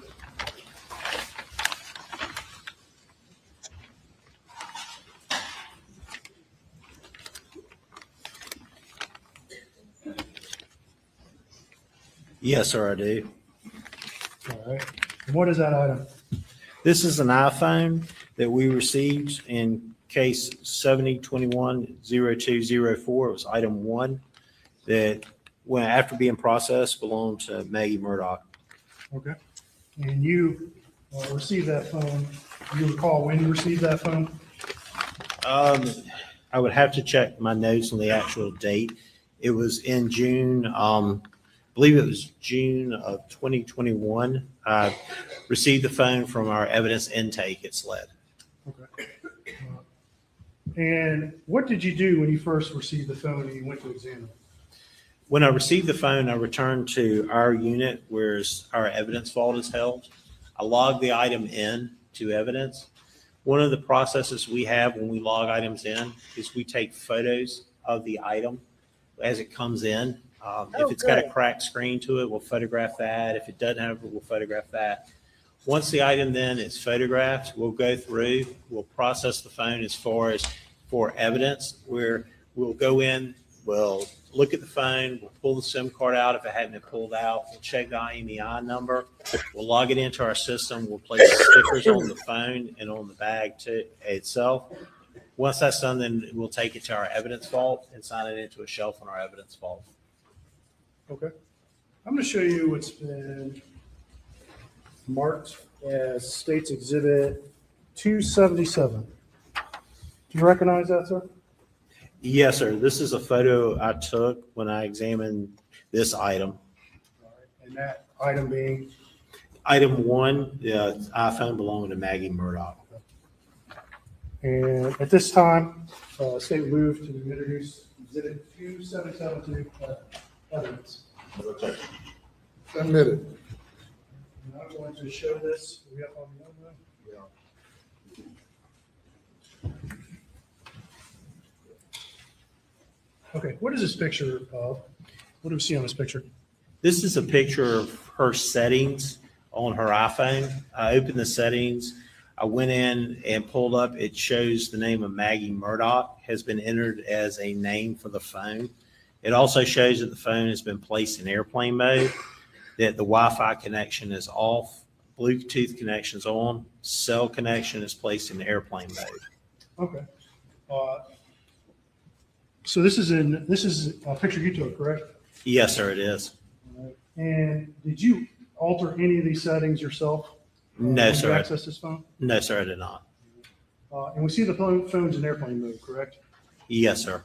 And is that the condition you received the phone? Yes, sir, it is. And do you recall if it was powered off when you received it? It was powered on when I received it. But it was in airplane mode, correct? Yes, sir.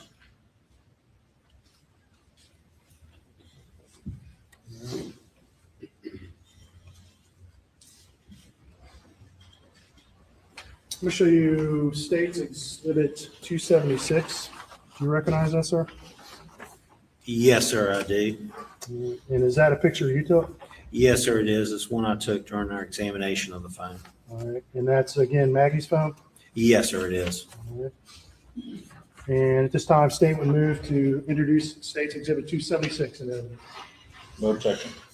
Did without objection.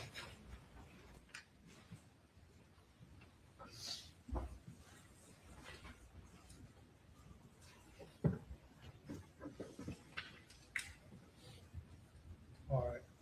And real quick, briefly, what is that picture of? This is a picture of one of the screens on the phone that show the different apps on there.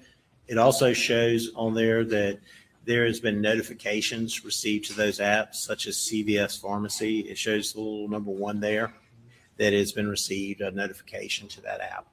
All right. And when you see a notification like that, what does that mean to you? What does that tell you? That they have been, one, that they had their notifications turned on. Because if you go through and set your apps not to notify you, then you won't receive them or see them. That a notification's been turned on for that CVS app, for instance, and that she has received a notification on there. All right. I'm going to show you, it's been marked as State's Exhibit 275. And do you recognize that, sir? Yes, sir, I do. What is that? This is the location service from Maggie Murdaugh's phone. During my examination, I pulled this up, and it shows whether apps and different things, if one location service was turned on, but then 2, if it was always running, if it was only while the app was being used, or it was set to never. And at this time, State would move to introduce Exhibit 275 in evidence. Did it without objection.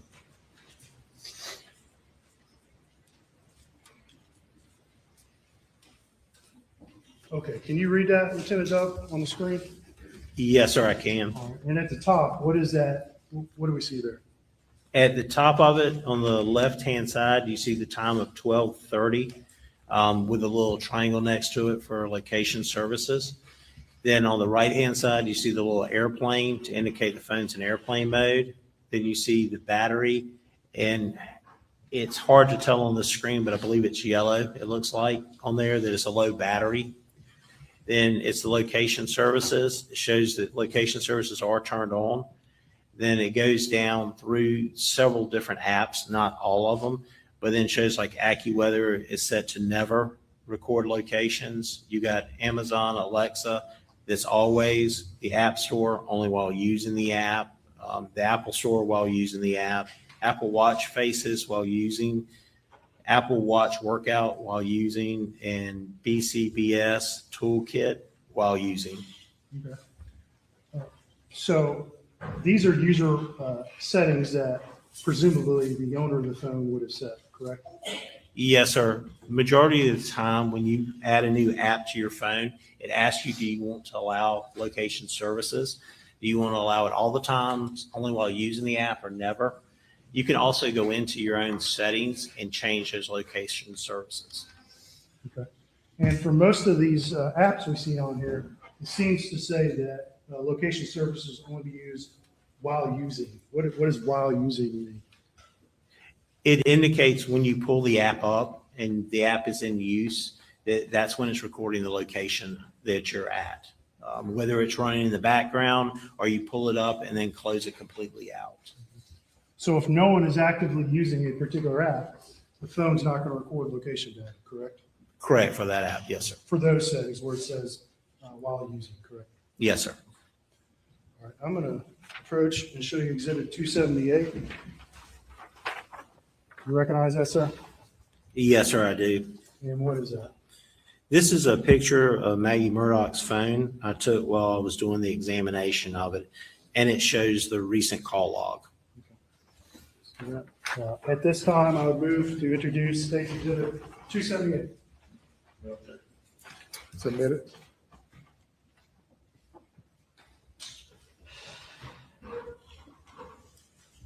And this is the recent call log from Maggie Murdaugh's phone, correct? Yes, sir, correct. And we see some entries that are red and some are black. What does that mean? The red entries on there indicate missed calls, calls that have been received by the phone but were not answered. And we see the word Alex followed by a numeral 5. What does that mean? That would indicate the phone is recorded that there were 5 missed calls from the person identified as Alex in that contact list. And in addition, we see a missed call from Buster, correct? Yes, sir, correct. And 2 missed calls from John Marvin. Is that correct?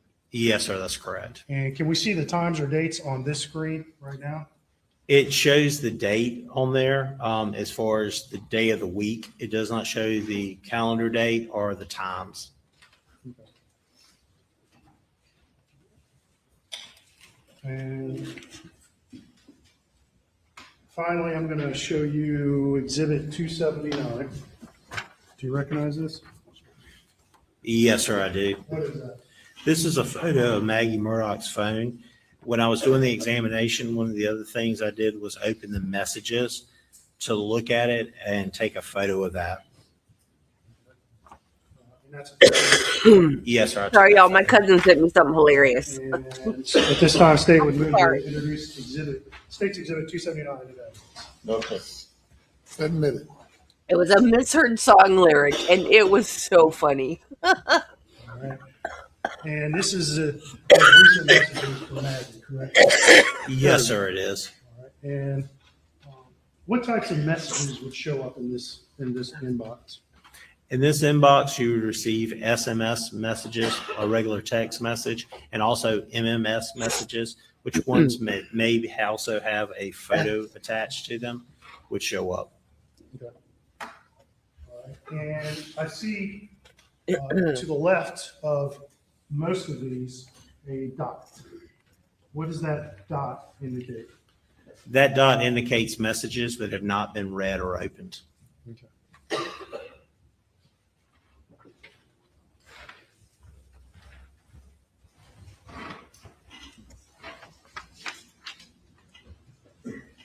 Okay. So after you took those processing pictures of Maggie's phone, what did you do? I continued to process the phone. I took the gray key extraction I did with the phone. I ran it through Celebrite Physical Analyzer, went through it, looked for information relevant that may help the investigators, also to see what kind of things were going on the day of June 7th, 2021. And then from there, after I finished that one, that's when I ran the extraction through Axon to try to see if I could validate what I was seeing. And you mentioned it, but this was a full physical extraction on Maggie's phone? It was a full file system extraction. Okay, full file system. Okay. And you processed it in Cellbrite? Yes, sir. And does Cellbrite produce a full file system report? Yes, sir, it will. All right. And explain to the jury what that is and what it does. A full file system report from Celebrite is going to have everything that it can decode and then put in a readable format for you. It's going to give you things like your health database stuff, like to show you your steps that you're taking, your calls that you've made or missed or received, your emails, your text messages. It's going to tell you if you connect to a Bluetooth device. It's going to tell you if you were in a certain area and you have geolocation information, such as GPS information. It's also going to tell you if you have mobile payments in there, where you can look and see what cards you had in your mobile payments. Just to name a few, it will pull thousands of pages of information if you ran a full one and pulled it. It'll also give you the configurations of apps, also give you the databases too in that report. Okay. And you just mentioned it, but a full Cellbrite report is rather large, correct? Yes, sir. Depending on the size of the phone and how much information is on the phone, I have seen them run over 148 gigs in size for one report. What is a gig? A gig is a measurement that is used for data. Most phones nowadays, when you get them, are going to go 64 gigs as your smaller end, and they go up from there to 128 or 256 or even a terabyte now. It's how much data it'll hold. And phones, let's say just new models the phones that Apple's selling, what's a common size that's sold by Apple today? Most of the time, people will acquire a 126 or 128 gig size. Then the next size up is the 256. This full-size Cellbrite report that you produced for Maggie's phone, do you recall how large it is? No, sir, not the full file system. I don't. But it's large, correct? Yes, sir. It's, if I remember correctly, it's probably about 68 gigs in total size. And if you wanted to print everything in that report, could you approximate how many pages it would be? No, sir. I would be venturing to guess. Looking at the timeline, for instance, in a report like that, you're probably talking about 9,000 pages just for the timeline section of that report. All right, I'm going to show you a box. I think the marker's on the inside, so you might need to open it up, but it's a State's Exhibit 280. So you can open it up and take a look at it.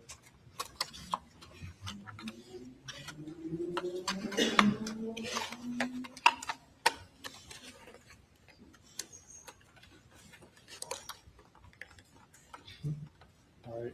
And what is the contents of that box? The contents of this box is a portable solid state external hard drive. Okay. And is that something you've had access to before? Yes, sir. And what did you do with that external hard drive? On this external hard drive, I provided a copy of the file system report from Celebrite. I placed it on this hard drive. And for whose phone? This is for Maggie Murdaugh's phone. And you estimated it was in the neighborhood of about 60 gigabytes. Is that correct? Yes, sir. I have a cold, but happy birthday to you. Happy birthday to you. Happy birthday, dear Wiggles. Happy birthday to you. Plus or minus? Yes, sir. It could be plus. I'm probably plus that. And that represents the full file system that you pulled off of Maggie's phone. Is that correct? Yes, sir. And We need somebody to. And the phone's in evidence. I'm sitting not the right there in person to front do of you. it. We need Is there somebody any to keep track of significant difference in birthdays. the data that's contained on that phone and contained on that hard drive, other than the ability to access it? That's the only difference. We love you too. Your Honor, at this time, State will Sorry about move your to mom. introduce State's Exhibit 280 into evidence.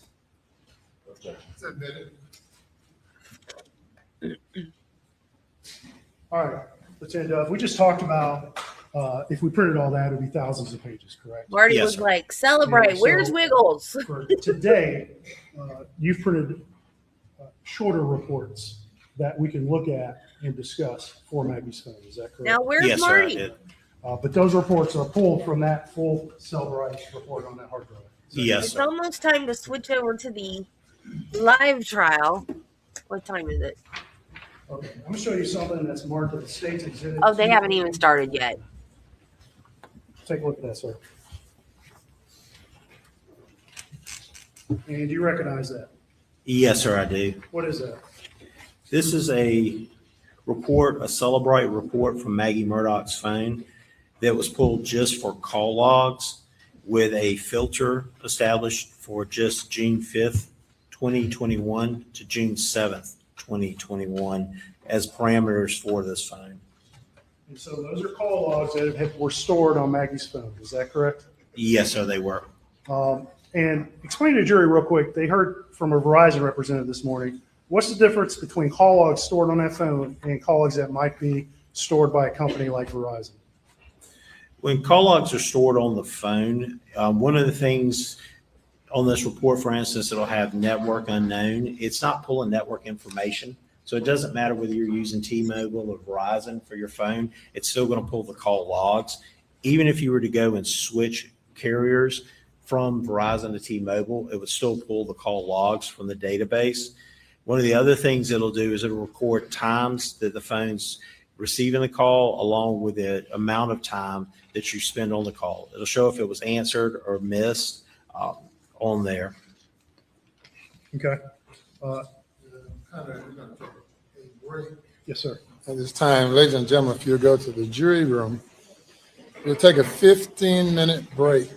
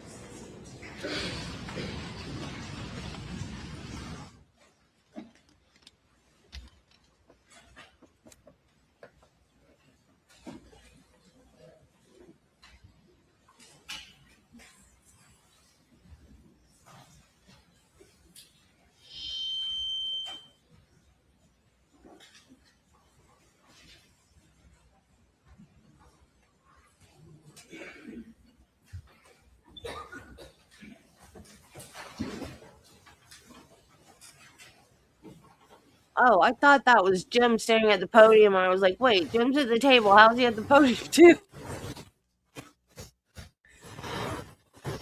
They look alike. It's the bald head.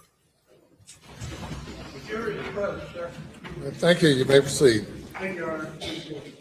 I believe we were discussing State's Exhibit 281 before the break. Is that correct? Yes, sir, that's correct. And what was that again? This is a Celebrate report from Maggie Murdaugh's iPhone extraction. It has just call logs for the date range of 6/5/2021 to 6/7/2021. Okay. And I believe you said it contains information, the date and time a call was made, correct? Yes, sir, it does. Whether it was outgoing or incoming call, correct? Yes, sir. And whether a call was answered or not, is that correct? Yes, sir. All right. And at this time, State will move to introduce State's Exhibit 281 into evidence. Okay. Submitted. All right. And, this report is 20 pages long, correct? Yes, sir. And we're not going to go through line by line every call, but I'm going to focus on, can I have the Elmo, please? Okay. Let's take a look at Maggie's call log from the night of June 7th.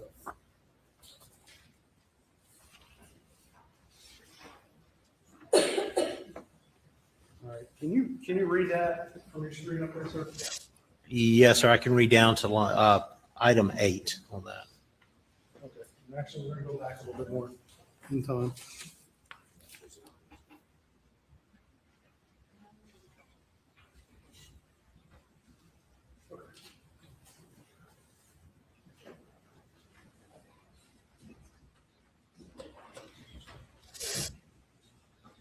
All right. And let's look at line 14 on this report. Do you see that, sir? Yes, sir, I can. All right. And first of all, when I say line 14, what am I referring to on there?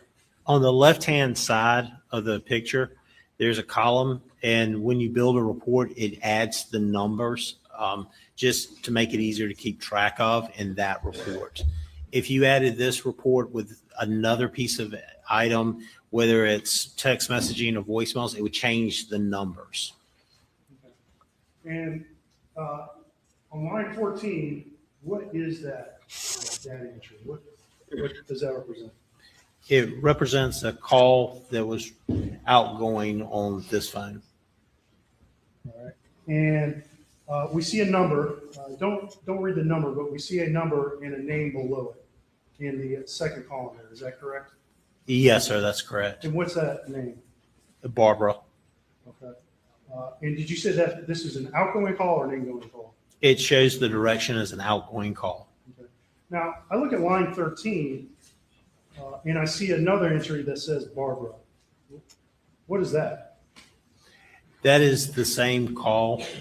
It's entered in two different databases, and it pulls from both databases because it's both call logs. All right. And so there's two databases for call logs on Maggie's phone? Is that what you're saying? Yes, sir. And just briefly, what does that mean? There's two different logs. There's several different SQLite databases in a phone, and it's going to contain the information in different places. One may be recent calls. One may be calls that are considered past the recent step that's set in the database, so that it's going to be in the call logs, but it's not going to be in the recent. Sometimes you'll see them in both databases, recent and the call logs. Okay. All right. And so what time is that call that you see on the entry there, lines 13 and line 14? At line 13, it's on 6/7/2021 at 7:50, 19 seconds PM -4 UTC. Okay. So that's 7:50 p.m. Eastern time, correct? Yes, sir, it is. And in the next column, we see a number, and it says 2:46. What does that mean?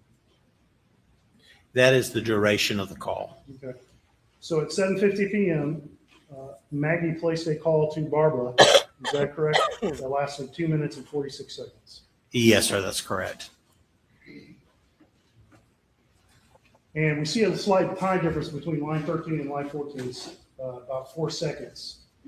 And that's just simply the different way the different logs record the data. Yes, sir, it's because they're going into different databases, so there is a lag in that. But your testimony today is, what is the exact time that call was placed to Barbara? That call was placed to Barbara at 6/7/2021 at 7:50, 19 p.m.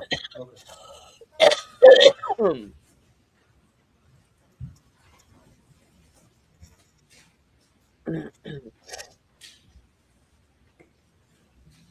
In your review of Maggie's call logs, was this the last answer, or excuse me, the last phone call that was either dialed or answered by someone on Maggie's phone? I would have to check the logs again, but I believe so. I'll let you know that. Take a look.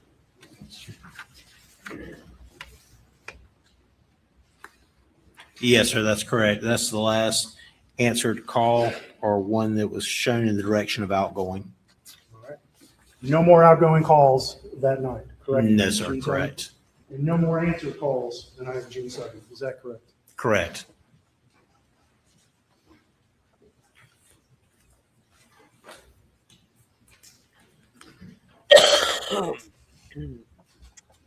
Okay.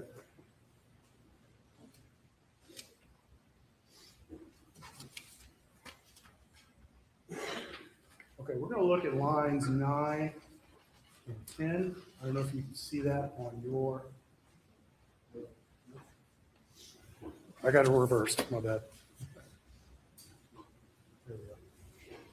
Okay, let's look at lines. Now, I can't quite see the line. You can see line 10, correct? Yes, sir, I can. And there's a staple there, but above that should be line 9, correct? Yes, sir. All right. And then we also see lines 11 and 12, correct? Yes, sir, we do. All right. And what do lines 11 and 12 show?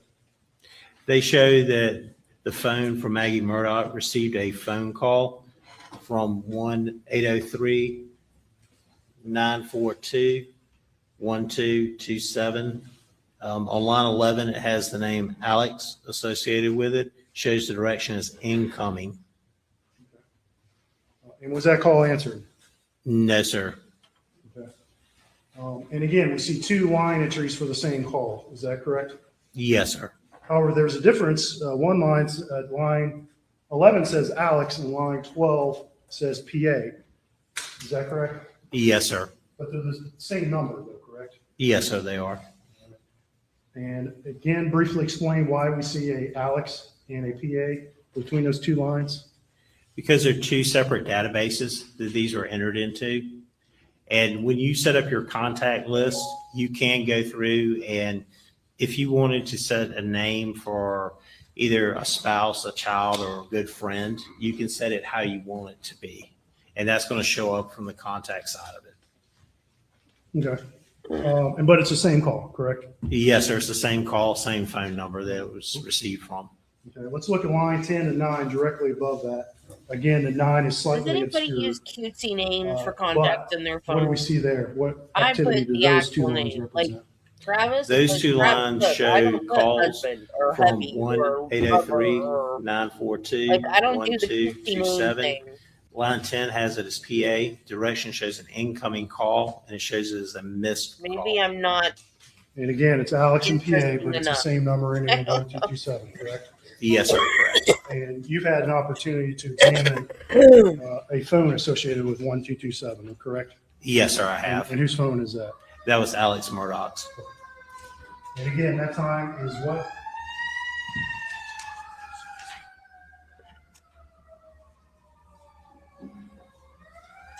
Jenny could put Bob as dude that goes in and out of the house all day.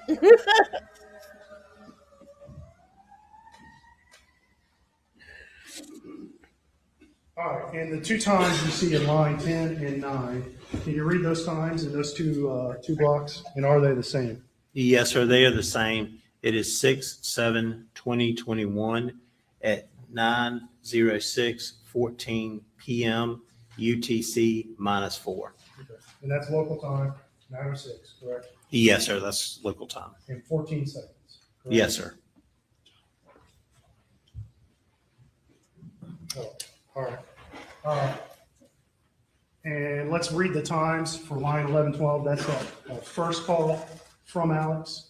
What are the times for the call that's associated with lines 11 and 12? They are the same time. It is 6/7/2021 at 9:04:23 p.m. UTC -4.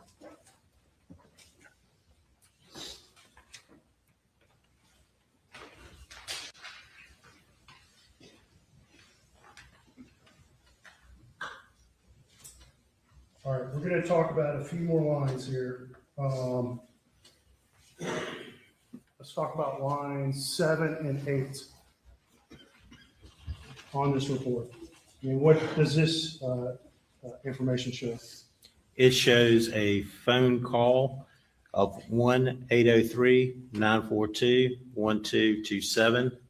On line 7, it has the name of Alex. Direction shows incoming, and it shows it was a missed call received on 6/7/2021 at 9:06:51 p.m. UTC -4. And again, those are two lines associated with the same call, correct? Yes, sir. And so just reviewing, within the space of about 2 minutes, you see 3 separate calls from Alex's phone incoming into Maggie's phone. Is that correct? Yes, sir, that's correct. All right. And after that 9:06:51 call on line 7 and 8, what's the next call you see on this log? Moving up the call log, the next call I see is from 1-803-942-1227. On line 5, it has the name of Alex. The time received on that call is at 9:45:32 p.m. UTC -4. And that's lines 5 and 6, correct? Yes, sir. For the same call, correct? Yes, sir. All right. And finally, let's talk about lines 3 and 4. What information do you see there? On lines 3 and 4, they're the same call from 1-803-942-1227. On line 4, it shows it as PA. Direction is an incoming call, and it was received at 10:03:58 p.m. UTC -4 as a missed call. All right. And to clarify, these last 5 calls from Alex, were any of them answered? No, sir. And previously, we looked at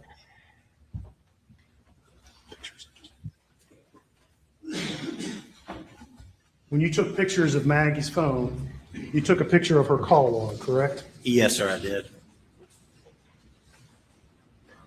All right, and I'm showing you again, I'm gonna put it up on the screen. It's been admitted, exhibit 278.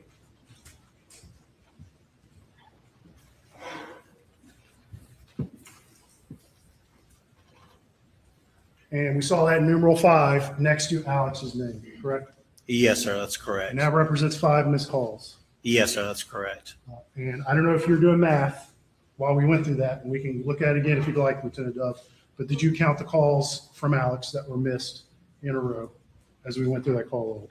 Yes, sir, I came up with 5. Okay.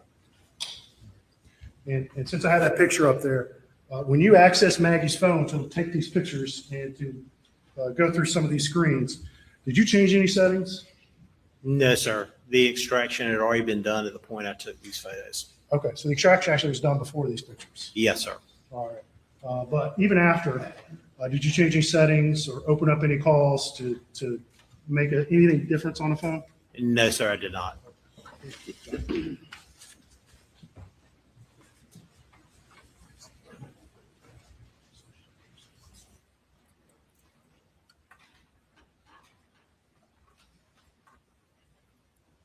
And just looking at Maggie's call log on the phone itself again, this is still 278. We talked about calls with Barbara that were 7:50 p.m. on the call log, correct? Yes, sir. And looking at this screen, we see a call before that, before Barbara. Is that correct? Yes, sir. And who is that name on that call? Marianne? Okay. And was that a completed call? Yes, sir. It shows as a completed call, not a missed call. Okay. And can you look at the screen, and maybe you can't, can you tell from this screen itself whether it was an incoming or outgoing call? No, sir. I cannot tell for sure with the screen. If we looked at it on the call log we just talked about on Exhibit 281, you'd be able to tell that information, correct? Yes, sir. Okay.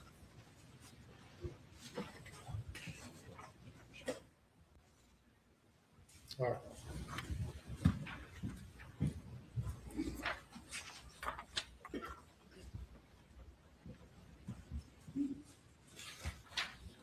Okay, so let's move on.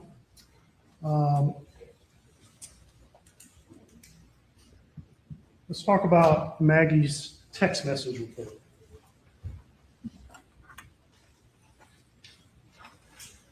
I'm going to show you something that's marked as Exhibit 282. Do you recognize that, sir? Yes, sir, I do. What is that? This is a Celebrate report I produced from Maggie Murdaugh's phone that has text messages with a report filter that was set from June 7th, 2021 to June 7th, 2021 for just a 1 day's worth of text messaging. And what kind of information does that report have on it? General information it has on the beginning of the report is going to have information about the device as far as the Apple ID and what the name is that's associated with the phone, the type of phone, just general data as far as device information.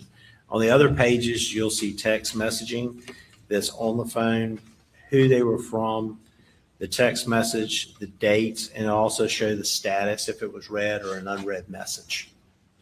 And when you look to see if it was read or unread, if a message had been read, would the phone record that time and date the message was read? Yes, sir, it does. At this point, the state's going to move to introduce State's Exhibit 282. Submitted. Thank you. All right. Now, let's talk a little bit about how the text messages are organized in this report. Is it strictly chronological through? No, sir, not always. Sometimes they can get a little out of order, depending on when the text messaging and the filters you set on the report. Okay, and how did you set that up on this report? I can get back to you to look at.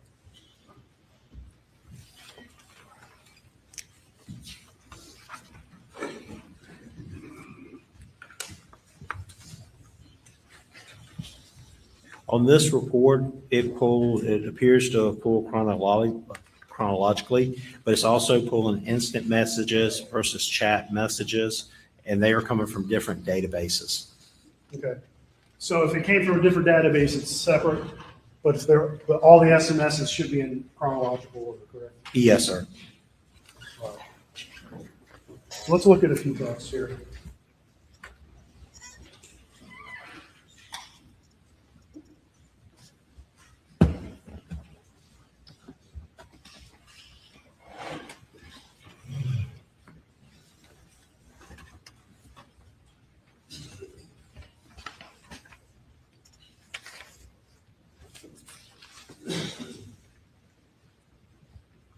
Okay.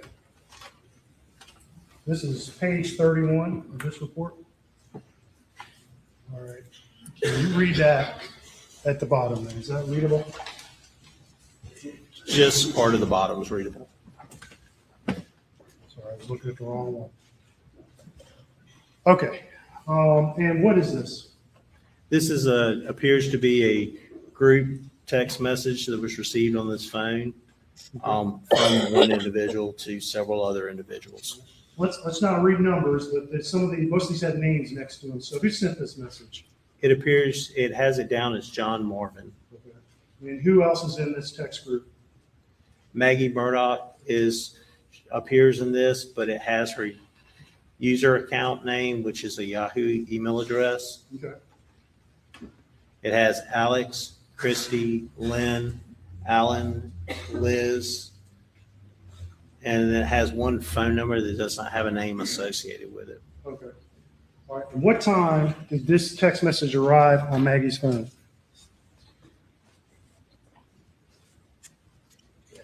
It appears that the text message was received 6/7/2021 at 8:31 p.m. UTC -4.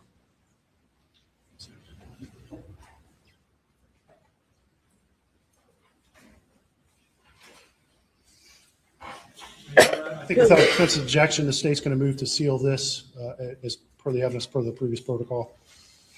Your Honor, and I understand that just protect the phone numbers, email addresses, the other folks on here. We have no objection. Is that correct? No objection to sealing the phone numbers. Okay. All right. Now, real quick, again, what time did that text arrive on Maggie's phone?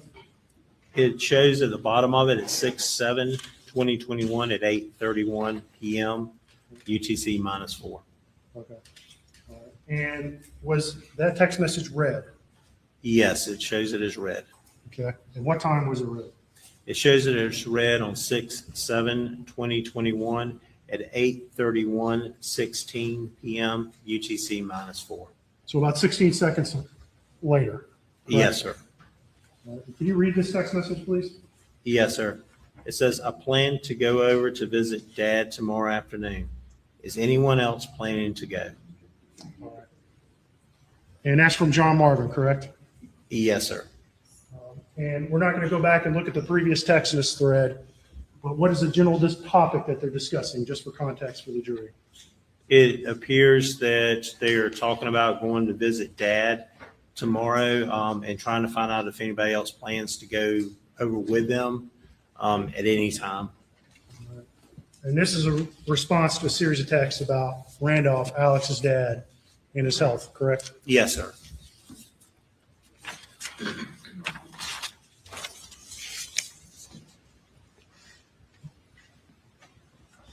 And I'm going to turn over to page 32, and we see another text. And this is that same text group, correct? Yes, sir, it is.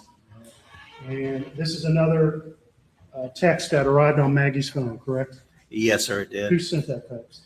It looks like Lynn G. All right. And what does it say? It says, I'm in court all week with an emoji. Okay. Was this text read? Yes, sir. It shows it as read at 8:49:27 p.m. UTC -4 on 6/7/2021. Okay.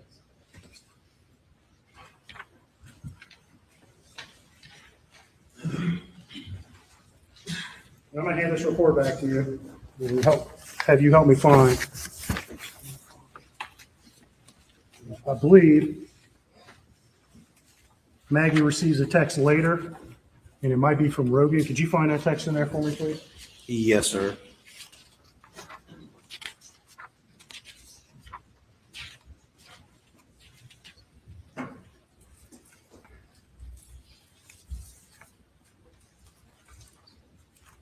Yes, sir. I've located it. Okay. What time did that text arrive on her phone?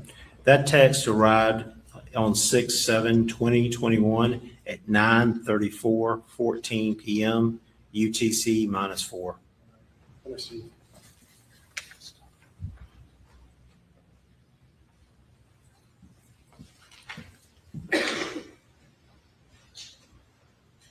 And that's text is from who? That text, it says it's from Rogan. And that's at least what the call or the apps, or excuse me, the contact list says. Yes, sir. That's the name that was entered in the contact list associated with that phone number.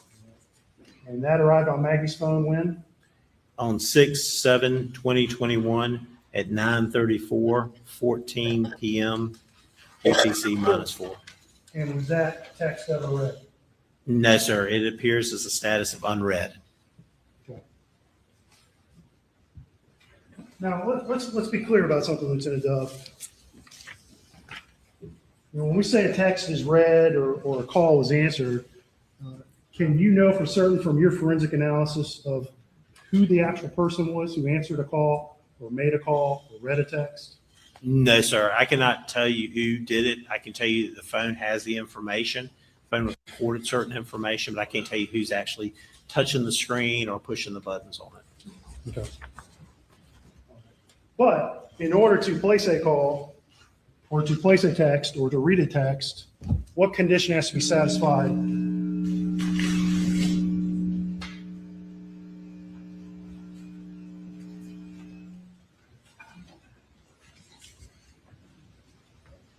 All right, we'll continue for now. Where was I? What condition has to be satisfied in order for someone to make a call on a phone? Unless you're making an emergency call, like a 911 call, you would need to know the passcode to be able to unlock the phone to get to it, to the contact list, or either to the number pad to dial the number. All right, so you need to know the passcode, correct? Yes, sir. To unlock the phone, correct? Yes, sir. And are there other ways to lock these phones or unlock these phones? There's also, too, with iPhones, which this one was, there's the biometric way of doing it. If you set a face unlock, where instead of having to enter your passcode every time, you can look at it, the camera will activate, and then it'll unlock via your face.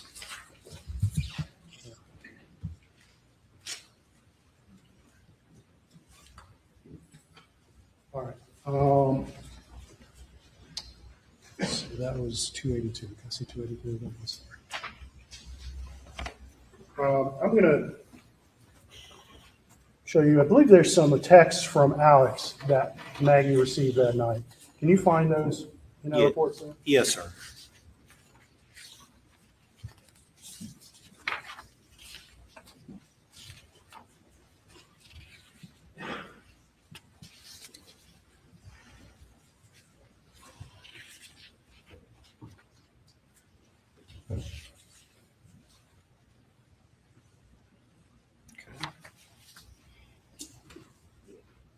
Yes, sir. I found the text thread. Okay.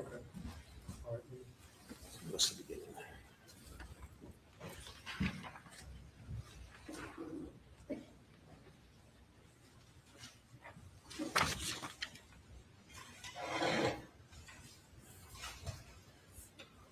All right, let's look at page 16.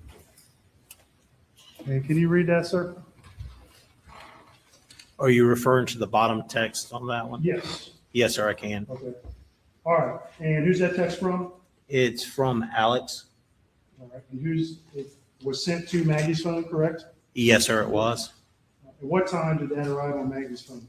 It shows 6/7/2021 at 9:08:58 p.m. UTC -4. Okay. And was that text ever read? No, sir. It shows the status is unread. All right. And I can hand you back the report if you need to refer to it again. But we previously discussed a text at 8:49 and 27 that from Lynn G, I believe, that was read, correct? Yes, sir. Is there any texts that arrived on Maggie's phone after that time that were read? No, sir, there was not.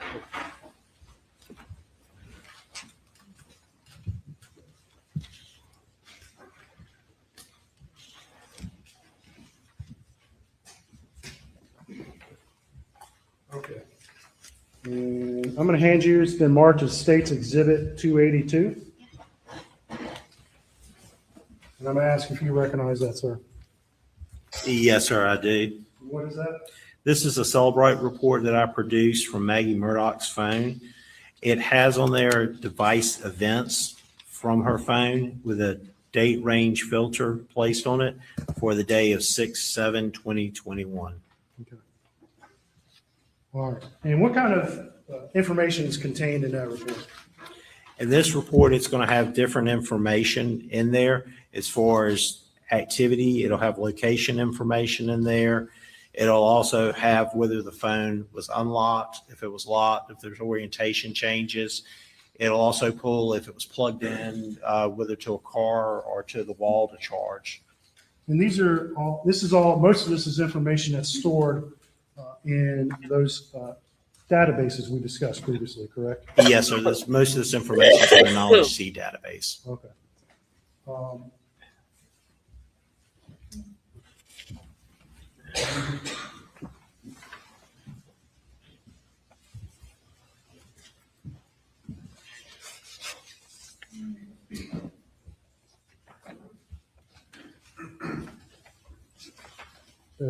Beg court's indulgence. And how many pages is this report? I don't remember offhand. I think it could be 87. I can't remember if that's the 87-page report that I produced for that one. Okay.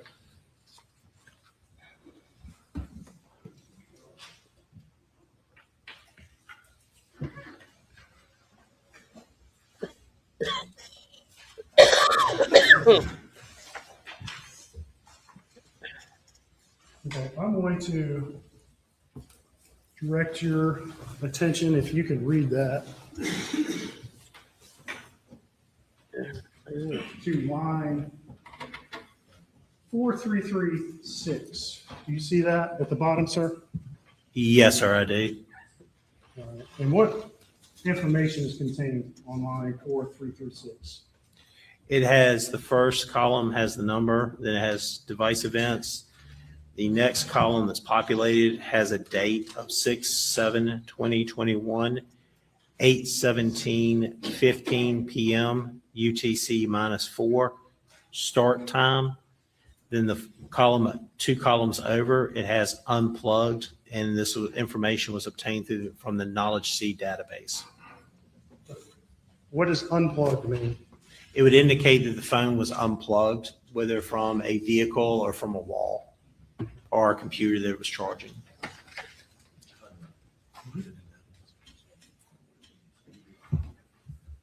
And I'm going to show you again, states 283. And you previously explained that as a report you prepared off of Maggie's Cellbright phone, correct? Yes, sir. And it's a timeline report, correct? Yes, sir, the device events. And at this time, state would move to introduce Exhibit 283 into evidence.